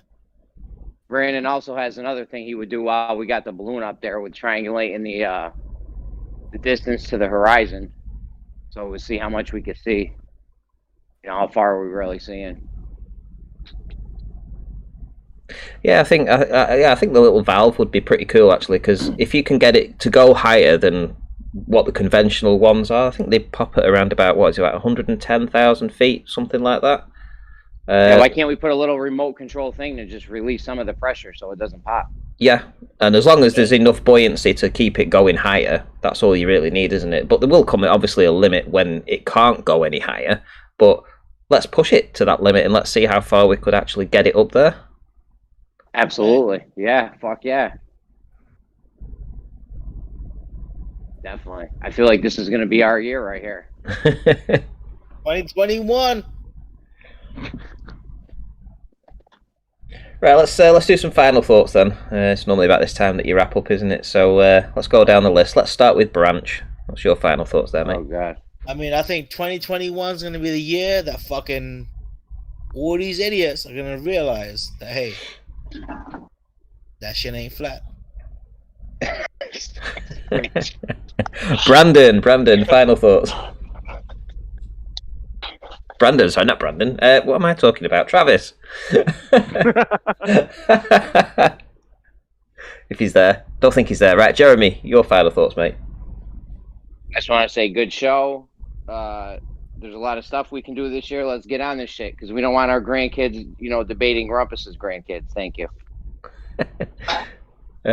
Left lane. Yeah, 2021 might be the year that all these people realize that it ain't flat. Patient, the brand. Patient Zero. Right, SE Montreal. Yes, sir, Ranty. Good to have you back for a show. Good to see you're doing good. And yeah, it was a good show. I enjoyed it. And good night, everybody. Silent Zero. Are you back? Silent Zero? There you go. Yeah, I'm here, Ranty. I'm listening. Great show today. Good to have you back once in a while. You know. Yeah, Good to hear your voice. Yeah. No worries. No worries. I was happy to do it. Yeah. Right. Styrofoam Cadet. I got $100 on your valve balloon if it's shaped like a burrito.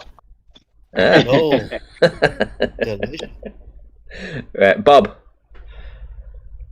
We had a whole year of 2020, a whole year that everyone should have been able to see perfectly. If they didn't see that the Earth was flat in that whole year, I don't know what we're gonna do. Okay, and Travis is back. Travis, final thoughts? That was a vision joke, by the way. I know. I got it. That was good. Travis, anybody? Is Travis there again? Bet he's not, is he? Right. Okay. In that case, I'll go on mute. Right, I'll speak to you guys in a minute. Right, guys. Thank you very much. Thank you for the show. Obviously, you're only as good as the guests that come on. So, you know, everybody that turns up on these shows, that makes the conversation, that brings their own ideas to the table, that's what we need. That's why we enjoy this. Is why the platform is here. Globe Earthers, you're more than welcome. Obviously, you can pop on whenever you want. Bring your proofs, have a chat. You're not going to get talked over here. We'll debate. We'll give you a platform to come and tell us why you have brought something that you can definitively prove your argument. So all we're asking. This is what the debate here is for. Right, so I've stood in for Brandon tonight, so hopefully Brandon will be back tomorrow, depending on how well he feels. I suppose if he's not, I might as well fill in again, but I'm sure he will do. He doesn't normally take too many days off. In any event, it was good to be back. Good to be back in the hot seat.